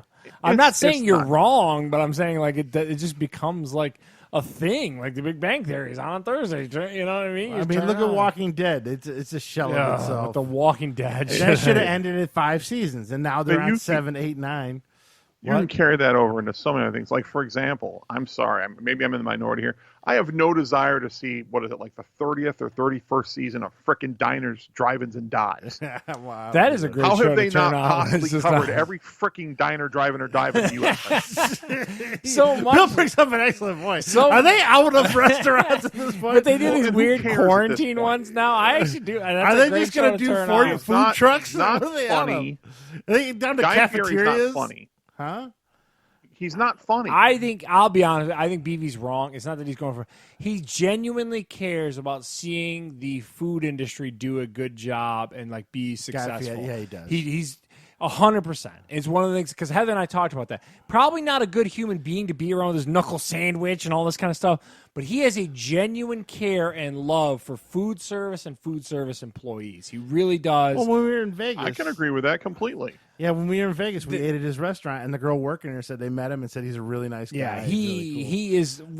Hands down, he wants to see people doing good things culinarily, and so I respect for him. In for all that. honesty, But he we turns the show into a bad frickin' like a bad WWE kind of thing where he hits you with his frickin' his catchphrases every fricking segment, I gotta tell you, and I'm all you still ever in- hear But from him is let me ask "Shut you the guys- front door." Or, you know, I it's- mean, it's- Drive-In's Diner and Dive is a lot like Naked and Afraid to me.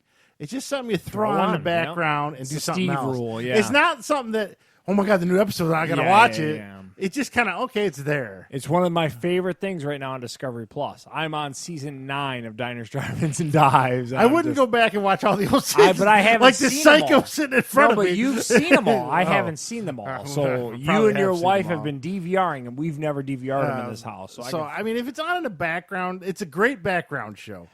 I'm drawing, playing video games, and there's Guy Fieri in the background. And it's crazy to see some of these people that are like home making some of this stuff. I like Diners, Drive-Ins, and Dives, if I'm honest. I think Vivi's off base on that one. Well, I mean, he is right, though. I mean, 30 seasons is a little much. He could go on. Shit. And he has 14 other shows. Why does Gordon Ramsay and Guy Fieri have every show there is? I still watch Hell's Kitchen. I still watch. And then you're still wrong on The Young Rock. The Young Rock is a great show. Yeah, you're wrong on that one. That's declining quickly. It was a 7. It's BB, you into into it at all? What you got? I think I'm somewhere in the middle. Yeah. I really like parts of it, and other parts not so much. Yeah. I mean, it's because It's still. Let's put it this way. I think it's a good sitcom. It's not great like I want it to be. Focus on his dad, which you like. Focusing more on the wrestling. But put it more on focus. Shocking. Steve wants Take more the focus- wrestling in No, I'm it. saying take the focus away from Rock and focus more on the dad, which The you dad's actually like. fantastic. in that show. He's entertaining. Work the gimmick. There is a part of me, and this actually it came from my wife. It's sort of like wondering if, in some sort of way, he's doing some subliminal setup for a legitimate presidential run in the future. And he's putting all these messages in to set his, I don't think you're sort of too to, deep into a set his sitcom. persona. I think The Rock's a whore, and anything with 5 cents connected to it, he's doing I'm it. just You got to pay them bills. That Zoa Energy. He's charging you He- $30 for 12 He pack could of be Zoa hashing Energy. in and playing He the can fuck political long game himself. all at the same time. Can because- you get a mix pack for $30? I don't know. Yeah, I just saw I this. don't love the part of the thing. I think the need to hit the message as hard as he does is a little bit kind of much for a sitcom. That's his old wrestling stuff, though, that's coming into play. That's his. I think that you're discrediting his entire life has been around pro wrestling. What is the number one thing that pro wrestlers do is hit the message. Promote, hit the message, so yeah. it's just Sell that kinda- pay-per-view. Yeah. Like for example, I thought in the last episode, I thought the whole thing with the bringing Coach Orgeron for the he's always in these. I thought that was a little bit. I thought gratuitous and you know what I unnecessary. really thought was funny? He was laying on the couch with depression. I thought that was hilarious. Good. Sounds It's got terrible. heart. I enjoy it. You're wrong. Oh, here is an actor playing Michael Irvin. He's not doing anything funny, but he's playing Michael Irvin. No, he came in when we did the robot. And they were like, it's too much, man. Too much. What are you doing? That's terrible. That show's great. Started at 7 instead of 5. No, right now. whatever. Go watch a movie at a theater. It's gonna be a- Shut up. It's going to be a 2 by the end of the season, and Charles won't admit it. All right, so there we go. We looked at what we saw, some animation. But avoid South Park. Avoid half the stuff we Seriously. watched this week. All right, Bill, let's talk about it. We're going to the tournament and our tournament tidbits, and we're going to cover our wins and losses and how Gabe the Greek schooled us all. Oh, wait, he didn't. No. How many bets did he make on the weird Acapulco exchange? He only did the Michigan one, so he didn't do anything else. So first up, the big news from the tournament was the Big Ten sucks. They all got eliminated except weird. for Michigan. I feel like the same conversation could be had every year for football. It's hard living here in Michigan and arguing with these idiots every year, but go ahead. So the first big upset was Ohio State losing to Oral Roberts. Which apparently everyone was. That one That's came Final down Four first. team number 1 out the frickin' window. Yes. Then Purdue bit the dust. MSU bit the dust before any of them on Thursday. Yeah. Wait. MSU Spartans brought to you by Quicken Loans. Yeah, the Rocket Mortgage. Yeah, The Rocket Mortgage Spartans were eliminated Thursday. And then, of course, Illinois is the one you had your money on. Yeah. They lose to Loyola. Loyola, Chicago. Loyola. Because of Yeah, the old that- lady that- prayed on him or whatever. That's Ironically, Sister Jean, man. Yeah, Charles did get Rutgers right. Yeah. I realized they said They- a stat. Damn near won the second game. That game they won was the first one they've won in 38 years. You picked them. I was like, Well, that there's was all pure sorts of luck. teams that, like, this is their first ever win in the tournament. I think Oral Roberts was their first ever win in the tournament. Yeah. So Illinois losing too. That's Final Four team number 2 gone. and then One Iowa half bites the bracket big losing one. luck. Yeah. Iowa bites the big one. What was it, Monday or Sunday? Maryland bites the big one. The only team left standing, ironically enough, is the Michigan Wolverines on the Big Ten side. Gabe's been trying to tell you this whole time. Yeah. Get on board, BV. He was And panicking if through half Gabe's that being game. honest, and I think if he does, no, he doesn't. He's not looking too forward to that Florida State matchup. because they're a legit team. And so I'm calling. Well, it's in my bracket anyway, but I've got Florida State beating them. Not that that means anything, because I suck more at picking this than I did at football. So, and then another big upset that wasn't Big Ten based. Abilene Christian beats Texas. 53, Abilene Christian.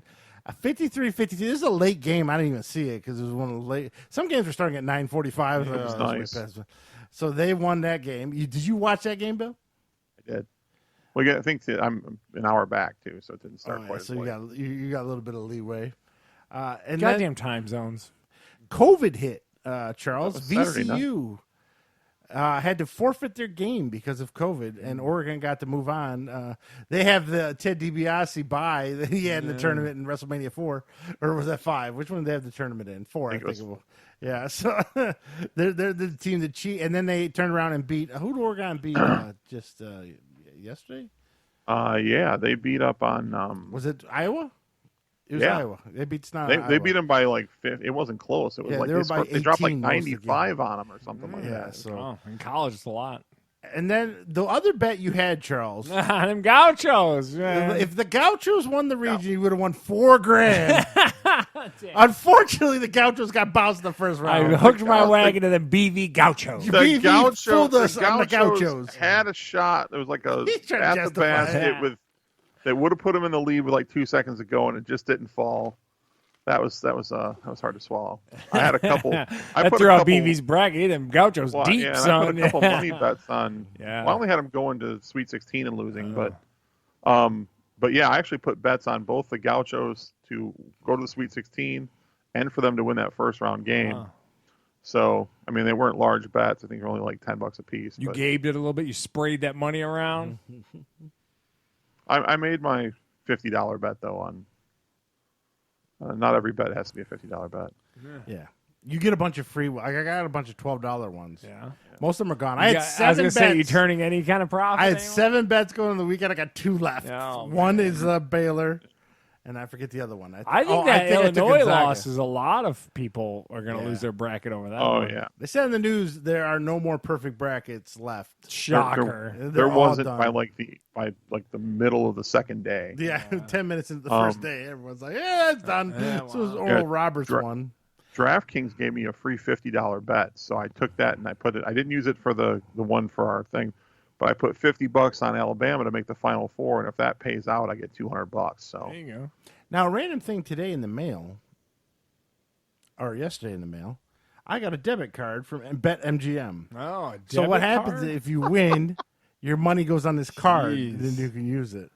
Because I was wondering how I get the money out, and that's how they do it. They put it on that. You card. had to like link your account or nothing like that. I didn't link on a bank account to fucking BetMGM. So it's like a gift card, kind of. I guess, like yeah. a So prepaid debit or right something? now it's 0.0.0 because I got nothing winning. But if I win a bunch, I can move my money. You got a picture of Jamie Foxx on the card. No, all black with that lion head on. Oh, that's cool. Probably a nice looking card though. Yeah, I should have brought it with me. Show it to you. The other thing, I like the Capital One commercials with Barkley, Samuel Jackson. But why are they shoehorning Jim Nantz into those fucking commercials? He's like the straight man out of it. He's so out of place. Yeah. It's like, why is Jim Nantz in these commercials? Like they had a real funny one with Charles Barkley bought a new chair to shave his head and stuff. But then here comes Jim Nantz. Like, what? Yeah, I think it's a straight man thing. It's terrible. Get rid of him. We don't. Now let's recap our actual wins. Now, the first round with the first day, Charles Unleashed. We remember on the show we only did a region each, so you can only get a possible 8 wins in the first round. Charles had 7 out of 8, and it was all guesses. I was like, that's amazing. Yeah, it was pure just guesses out of my ass. Bill was in second with 6 wins. And I don't know how that happened, by the way. I didn't feel like I got 6 games right. I was looking at it, and then Gabe and I pull up the rear end with 5. So then the next day happened, or actually our round was Sunday. That's when you fell apart. Yeah, you take that bracket the next day and you crumple it up. Yes. You only got 1 win. Yeah. I forget who it was. I think it was No, it wasn't Rutgers. It was somebody. Yeah. And I only got 1 win. Same thing with Gabe. Bill pulled out 2 wins in the second day. So right now, tied for first, BV has 8 wins. Charles has 8 wins. Oh. But unfortunately, you're not going to get any more wins because everything you got here is all wrong. Yeah, I mean, the unfortunate, the cumulative part of it. So once you lose the wrong people, it's you're done. not going to get any more wins. That's Yeah. okay. Gabe and I are at 6. I still do have Baylor. Charles is out of Illinois. BV still has Gonzaga. I've got Gonzaga and USC left, so I have 2 possible winners. Yeah, and Gabe still has Michigan. I believe he might have Alabama. So we all got No, he had Maryland beating Alabama. So he didn't even got that. Like turtles. So Gabe and I can each score at least 1 more point as the game goes on. Charles is pretty much toast. So you're going to peak at 8. We'll see who finishes it. We got 2 weeks or next weekend pretty much, and then we'll know. And then there'll be a championship game afterwards. So we'll keep you updated on the big thing. If any of us win money, probably not. Charles was so close to his $4,000. Yeah. Hitching my wagon to them gauchos, baby. Do you feel like your expertise in picking was jeopardized the second day at all? Dude, that tournament is a complete cluster. You can't guess this shit. It's impossible. The best you weren't even watching. I would just tell you. I'm like, you lost. Yeah. Oh, okay. I don't watch college basketball. Not my thing, man. It's the only time you're ever watching is this weekend. Yeah. It was great. I'll miss This is by far, I think, the most extreme tournament for. I mean, it always has a lot of upsets, but this is. 9 double-digit teams won in the first round. I mean, that's not normal, even for this tournament. And the moral of the story is the Big Ten blows. Well, I would have co-signed that before this tournament. So yeah, I'm with you. I mean, what did they have? 7 or 8 teams in there? 9. 9 teams. They got 1. 1 made it out of the first weekend out of 9. The only one you got to worry about is Syracuse. Those bastards are starting to win. Just so you know. All right, so let's go to the news. Let's wrap this up here. Charles, you have the PlayStation VR. I did. Have you seen the new controller? Yeah, the new controller's got more of an Oculus 5 or whatever. They kind of got rid of the Move with the glowy orbs on it. They're going to go for more of like a tracked, more tactile use. I think it's a way to go. Allegedly, it's also going to track your individual fingers. So you'll be able to do this, and you'll do that in the game. No, it's kind where of the Oculus only tracks 1 finger, 3, and the thumb. Okay. This is what it tracks there. So I'm impressed with it. It looked good and all that kind of stuff. Let's see what the headset looks at, and let's see what the connectivity is as we talk about. Hopefully, that's the real thing. How many wires are connected to the headset? Hopefully, it's one USB-C right to it and be done. Looks nice and clean and good to go. So I'm excited for it. I'm glad to see Sony didn't give up on it, too. I thought for sure they were going to. Yeah. Because you heard no news about it, but they didn't. Now, Charles, on this podcast, we've talked about the Xbox Game Pass, what a deal it is. EA Play Games have now, it was a separate service. I was part of it for a little bit, EA Play Origins, where I got to play Xbox Squadron, Star Wars Squadron, stuff like that. It's now part of the Xbox Game Pass. Great service. You don't have to pay any more for it. The games and you just got all the Bethesda stuff, too, because the Bethesda stuff went through. A great value in games. We talk about it constantly, people. It's one of the best things. I know that people love a PS5 right now, but I think that the Xbox Network and the platform, because they no longer called Xbox Live, that came out this week. They're going to be the Xbox Network and all that. I just think it's the way to go. It really is, especially if you got kids. Yep. So EA Play is now part of Game Pass. Now, again, we've covered before, I'm a big fighting game fan, but I'm not good enough to be in a thing called EVO. EVO happens every year. It's a big, giant tournament. It was a big Capcom thing. Yeah, it was Capcom, but they also did have Super Smash Brothers and other games there, too. But the big front games were all Capcom titles. It was held in this country. I think it's also held in Korea and somewhere else. Sony bought them out. They bought the whole fighting tournament. I'm not sure why. I don't know if that means they're going to be more exclusive with the Street Fighter just on the Sony platform. I don't know. They said they're going to leave the same people who run it in charge. They spent a good chunk of money for it. So EVO, the fighting tournament that really is gaining steam on YouTube. I don't really see it much other places. I mean, TBS did have that esports thing where guys were playing Street Fighter. They're doing like Overwatch and stuff like that. Yeah, but it wasn't EVO based. So I know EVO is all over YouTube. You can watch all kinds of EVO events on YouTube. I do find myself watching it from time to time at work.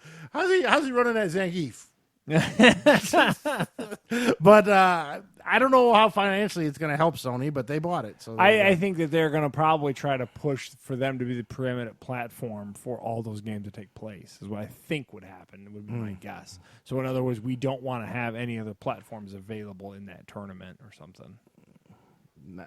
But they're claiming that, because people asked, well, Sony buying it, is that going to kick Smash Brothers out? And Sony said that they will leave Smash Brothers in the tournament, as a game. Well, it's a Japanese thing. I'm talking about like they don't want to see any Xbox hardware or stuff like that. Because you know how they really oddly don't compete with anything Nintendo? Like Nintendo's just kind of doing its own thing and no one cares. Yeah. So. So next up, now, when I was in Central Michigan with Holly going over the thing, one of the things they're building there, they're removing the bowling alley that they had, and they're putting an esports arena in at the university, and they're actually going to have esports teams and scholarships for esports coming to Central Michigan. That's the dumbest thing I've heard today, but go ahead. But I swear to God, that's what they said. Dumbest thing. So now I'm wondering, as you read this news article, is esports losing steam because Activision just laid off 190 people involved in esports? Activision, you can't really go with Activision because Activision has so many redundancies over acquisitions and all this kind of stuff because you've had the Blizzard. You got Blizzard, Activision. You basically brought, much like what's going to happen with that Bethesda merger, you take those two companies, smash them together, you're bound to have some redundancy. Yeah. In other words, we don't need, when BP and another petroleum company comes together, do they need 5 BVs? You know what I mean? No. Like, so you look at it and you go, okay, realistically, what do we need here? Almost nobody needs BV. Also true. There's only one BV. So that may not be a good thing. But. Well, ironically enough, leading into this article, also Activision has laid off 50 people outside of the esports. And you know who Bobby Kotick is? Yeah. They recorded record profits, and he took $200 million bonus, but laid off over 200 people. And that's what BV hit on with the WWE thing. WWE record profits. And that's why I stand with those 7-Up workers. Screw the big companies and all this shit. But, one of the other things, too, did you guys see that shit with the Starbucks CEO? Where, like, the shareholders said no more raise and all this kind of shit for the Starbucks CEO? Oh, wow. Yeah, I guess they had voting power on whether or not to give this CEO, like, more money, and they all said no. I loved it. So there you go. Now, Charles, have you seen the clips or images? Awesome. Super Nintendo World is opened in Japan. The food and everything. Yeah, they got muffins for days. that look like mushrooms. Yes. I mean, they got some neat it looks stuff. So awesome. And just the pipes everywhere, and just they themed it to death like all those Universals do. Yeah. It's going to be coming to the one in Florida, but not probably for another couple COVID years. stuff. The problem is with it is it's going to be awesome. I ain't going to be able to touch it with a 50-foot pole. God. Why? Because there's so many people there? So many people, man. Yeah. Florida had to shut down because there were so many assholes. So. If you haven't seen it at home, Google Nintendo Super everywhere. Nintendo World in Japan. They got the eatery is really cool. I didn't anticipate the food looking so cool. Man. They got muffins that look like mushrooms. You can eat a little turtle. I mean, it's funny. It looks great. I would go there in a rides. heartbeat if given the opportunity. You got Mario Kart type rides. Oh, like did it? Yeah, Okay, yeah. I It missed looks that part. great, Steve. It looks I gotta go back and look at it some more, but it did look cool. Very high hopes for that. Hope it sticks around. Hope it opens in America soon. Great job with the branding on it. Yeah. And then finally, Charles already touched on this. Xbox Live, the name is dead now. It's now the Which is crazy because Xbox Live launched, 2001 or something? It's probably a 20 with the original Xbox. Yeah, it's a with Peyton Manning doing the commercials with the headset on. Think about it, man. That's a 20-year-old commercial or 20-year-old name. They just blow it up like that, man. Microsoft and Google and all these companies, man, they are not married to anything. Yeah. They're also trying to buy Discord. What is Discord? Do you know? It's kind of like a Reddit type deal. It has a messenger built into it, and it's got a bunch of communities. So I can go to $10 billion. They're trying to buy this. It's what? very, very hardcore PC guys like it, And then so it's like a me, you, and all knockoff Reddit equivalent. Yeah, me, you, and BV How love is Call it of worth Duty. $10 billion? We're gonna have our Discord messenger board in Discord. I've never really used it. It's kind of almost. It's borderline Reddit with a little bit of social media, so I haven't been to it. But I've heard about it. Why it's worth $10 billion? I have no idea. Because only hardcore tech people know about it, or hardcore gamers. I've only ever heard a lot of Twitch guys use Discord. So maybe that's it because the attachment to Twitch and streaming. I don't know. I don't know why it was worth $10 billion. I got me on that one. I've heard of it for years. I've heard of the name for sure, but I couldn't have told you what they did or whatever. I thought it was like a Twitch equivalent, but I'm like, they already bought like a streaming thing, kind of like bailed on it. Yeah, Mixer died. Yeah. So I don't know. So that's gonna wrap it up for the news. Finally, this is just something I'm gonna do over the summer. This is gonna be impossible, but go ahead. Yeah, I know. Well, Holly's got her summer and senior glow. No, did she hit the 15? She hit that poundage? She's still working on it? Yeah, she's still working. She's 4 pounds down. 4 pounds. Okay, we got a little ways to go. So I want to do this, and let's see if I could do it. I signed up for Rosetta Stone. It's $100 for the year. I want to be able to watch a Japanese anime and understand what they're saying without subtitles or dubbing. That's impossible. I'm just going to tell you this right now. Well, by September. If you can do that, I will be utterly impressed. And I will sing the praises of Rosetta Stone to anyone who will listen. If you can go from being a tubby, English-speaking white American to someone who can rattle off some Japanese shit. I'm not saying rattle it off fluently. I'm saying if you can give me if you can translate like paragraphs on some level and kind of get me broad stroke-wise, I would be impressed. Because the Japanese now the challenge is on. Is extremely tough, dude. So it's a whole other caricatures. Dude, again, I would be just like, holy shit, Steve, congratulations. I would be, It's this one. I was going to do it on Babbel, but they don't do the Japanese language. They only do like 8 languages. All the advertisement they do, you think they would do every language. You're going to have to put in the work. You're going to like 2 hours I'm a day. Listen to it at work while I work, so that's why I thought if I but you're going to have to like repeat it and shit like that. Like it's an involved thing, isn't it? I don't know. I'm going to find out. Oh my god. I have homework. I'll be like, Charles, can I hang out? I got to do my Japanese konnichiwa. That would bitches. be impressive. I'll be the first person to be like, Rosetta Stone's amazing. My brother learned freaking Japanese from it. Yeah, I know. I'll be honest with you. I would be super impressed. That's the goal for this year. And then next year, I want to learn sign language. So you think you're gonna be like trilingual in 2 years? Yes. You hear this? Well, sign language, yeah. He's always had this goal. Him and Holly want to talk trash about people in front of people with sign language.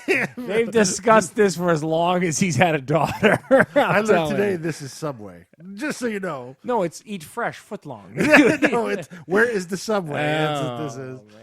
And this is bullshit. I learned this from Creed. Oh, okay. Well, that's the only 2 things I know. I'm just going to tell you this right now. If you put the work in and you learn Japanese, I will be utterly impressed. No doubt in my mind. I'm like, holy shit. That's not easy. I got pressure on me now. Yeah, that would be crazy. I'm going to come over and just rattle off something. I'm like, holy shit. Well, I sound pissed off because they always sound pissed off when they talk. No, that's Germany. It's Germany. German is the most angry. You hear that language, you're like... Japanese and German. Who are you pissed at right now? Chinese can kind of sound that way sometimes, too. Yeah. Of course I picked the most... like most people around here be like, well, let's see, maybe I should learn French, Spanish yeah. or being here from Dearborn, maybe I should learn Arabic.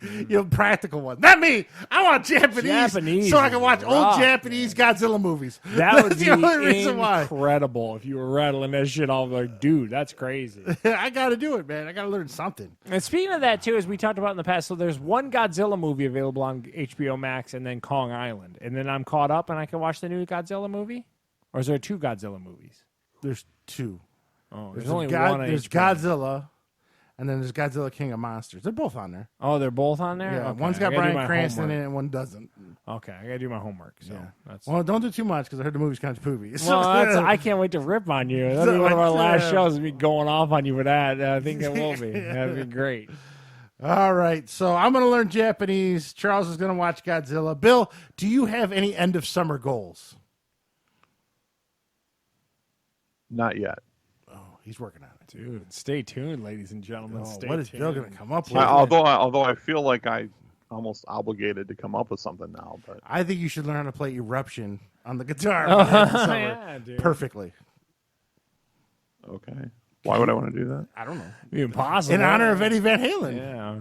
I don't think it's impossible. I mean, if I focused on that one song, if I just focus on that one song, it can be done. Dang. But to do that, though, would be to I would take a certain amount of time that I could be, just getting better overall and focusing on one song. That's kind of counterproductive to what I'm trying to do with guitar. So Also, if I learn Japanese, I can watch New Japan Pro Wrestling with the See, original I'm not going to commentators. say that it's not. It would be amazing if you learned The it. only reason I have hope, I'm saying that is incredibly difficult task you just the put only in front of reason I have yourself. hope is because BV knew this goth kid back in high school that learned Japanese just from watching anime. And Really? shit. Didn't he, Bill? Remember that kid you told me about? Oh, yeah. Yeah. My brother, actually, little brother, he took Japanese class at Livonia schools for a couple of years, and he could kind of like. He also took Magic the Almost Gathering cards. Yes, he did. Yes, he Was did. it Japanese? Yeah, I don't know how much. I don't know how much Japanese he actually learned, but you know, If you can crack that out from Rosetta Stone, he's I'll gonna be be all fucking like, impressed. so start watching the kung fu videos, and bit by bit, just start making sense to him, bro. I took 2-3 years of French, something like that. I don't know, and I don't know shit. All right, so if you can crack that shit out, I will sing your praises, and we'll sing Rosetta Stone's praises because that would be incredible. I have heard good things about Rosetta Stone, though. Oh. But you got to be dedicated to that shit. Yeah, you got to drill that shit. And yeah. you didn't take. I mean, like Charles said, it's not like you took on something that's like a reasonably easy language to learn. I mean, Which at our age, I don't think there's any reasonably easy language to learn. Yeah. Yeah. so, Slang. Hey, everyone's got to have goals, and I That's respect my that goal. goal. That'd be insane if you nail it. I'll be honest with you. I'm going to do it. That'd be pretty much like you telling me you're going to build an airplane in your bag. They're about as equally as obtainable to me. I built a twin jet back there. Yeah, I'm like, holy shit, Steve built a Cessna and learned Japanese. It's crazy. He was very yeah, bored. that'd be up there with me, like saying I'm going to lose 100 pounds. Yeah, over the that's summer. well, Steve's a little bit closer to obtain, but that's a whole other conversation. So, fuck you, man. All right. So that's going to wrap us up. I got an impossible Well, tell task about ahead it of me. April 10th, so we've nailed down a date for the Yes. Oh, yes. the ultimate tournament for all things. We are going to give you I'm going to host the quintessential tournament surrounded by the most wrestling fans we know of. We're going to pack this room full of as much man meat as we can. We are going to determine, without a shadow of a doubt, who is possibly the best wrestler. Yeah. It's just some asshole videos the good wrestlers, and we just get shitheads at the end. Yeah. For the record, between Bill, Gabe, and myself, we've already reduced it down to 64 wrestlers. Oh, you already have the pool. We have the pool. Now we just got to. I'm going to rank them. Okay. Send them to Gabe and Bill. They're going to go over the rankings, the seedings, and then we will possibly have the seedings ready by next week. So we're moving along. Okay. But now that I got to learn Japanese, I ain't got time for that. Oh, shit. So, I don't know, but Yeah, so nonetheless, that should be a fun episode, Yes. and that's going to be a blast. And like I said, we're going to pack as many people in here as we can, and we're all going to have a good time. So, Yes. And then we're hopefully going to go watch WrestleMania somewhere, but I don't know if we can in the COVID era. So that's what we're also thinking about doing. Yeah, that's right. And so that is April 10th. So watch out for that one. And March 31st will be our next episode of the podcast. It'll be on Wednesday. Also, again, happy 67th birthday to our father, David Markey, on this Saturday. And anything you want to add, Bill? Konnichiwa, bitches. See, Bill's already learning too, man. That's Rosetta Stone right there. Yeah, that's what it was. Or Wu-Tang. One or the other. One or the other. So, Domo arigato, Mr. Roboto. of course, catch us on fatguyslittlepodcast.com. Of course, you can catch us on Spotify, Pandora, Apple iTunes, Google Play. Way too many platforms. All kinds of platforms. There's another one called Weezer or something. I forget what it is. Just We're on platforms we don't even know about. yeah, they put us on all these different ones that I don't think might sell for $10 billion. I don't know if Microsoft buys them. But okay, so until next time, Catch us on Discord. yeah, Discord. Next time, this is Steve. And Charles. Catch you later.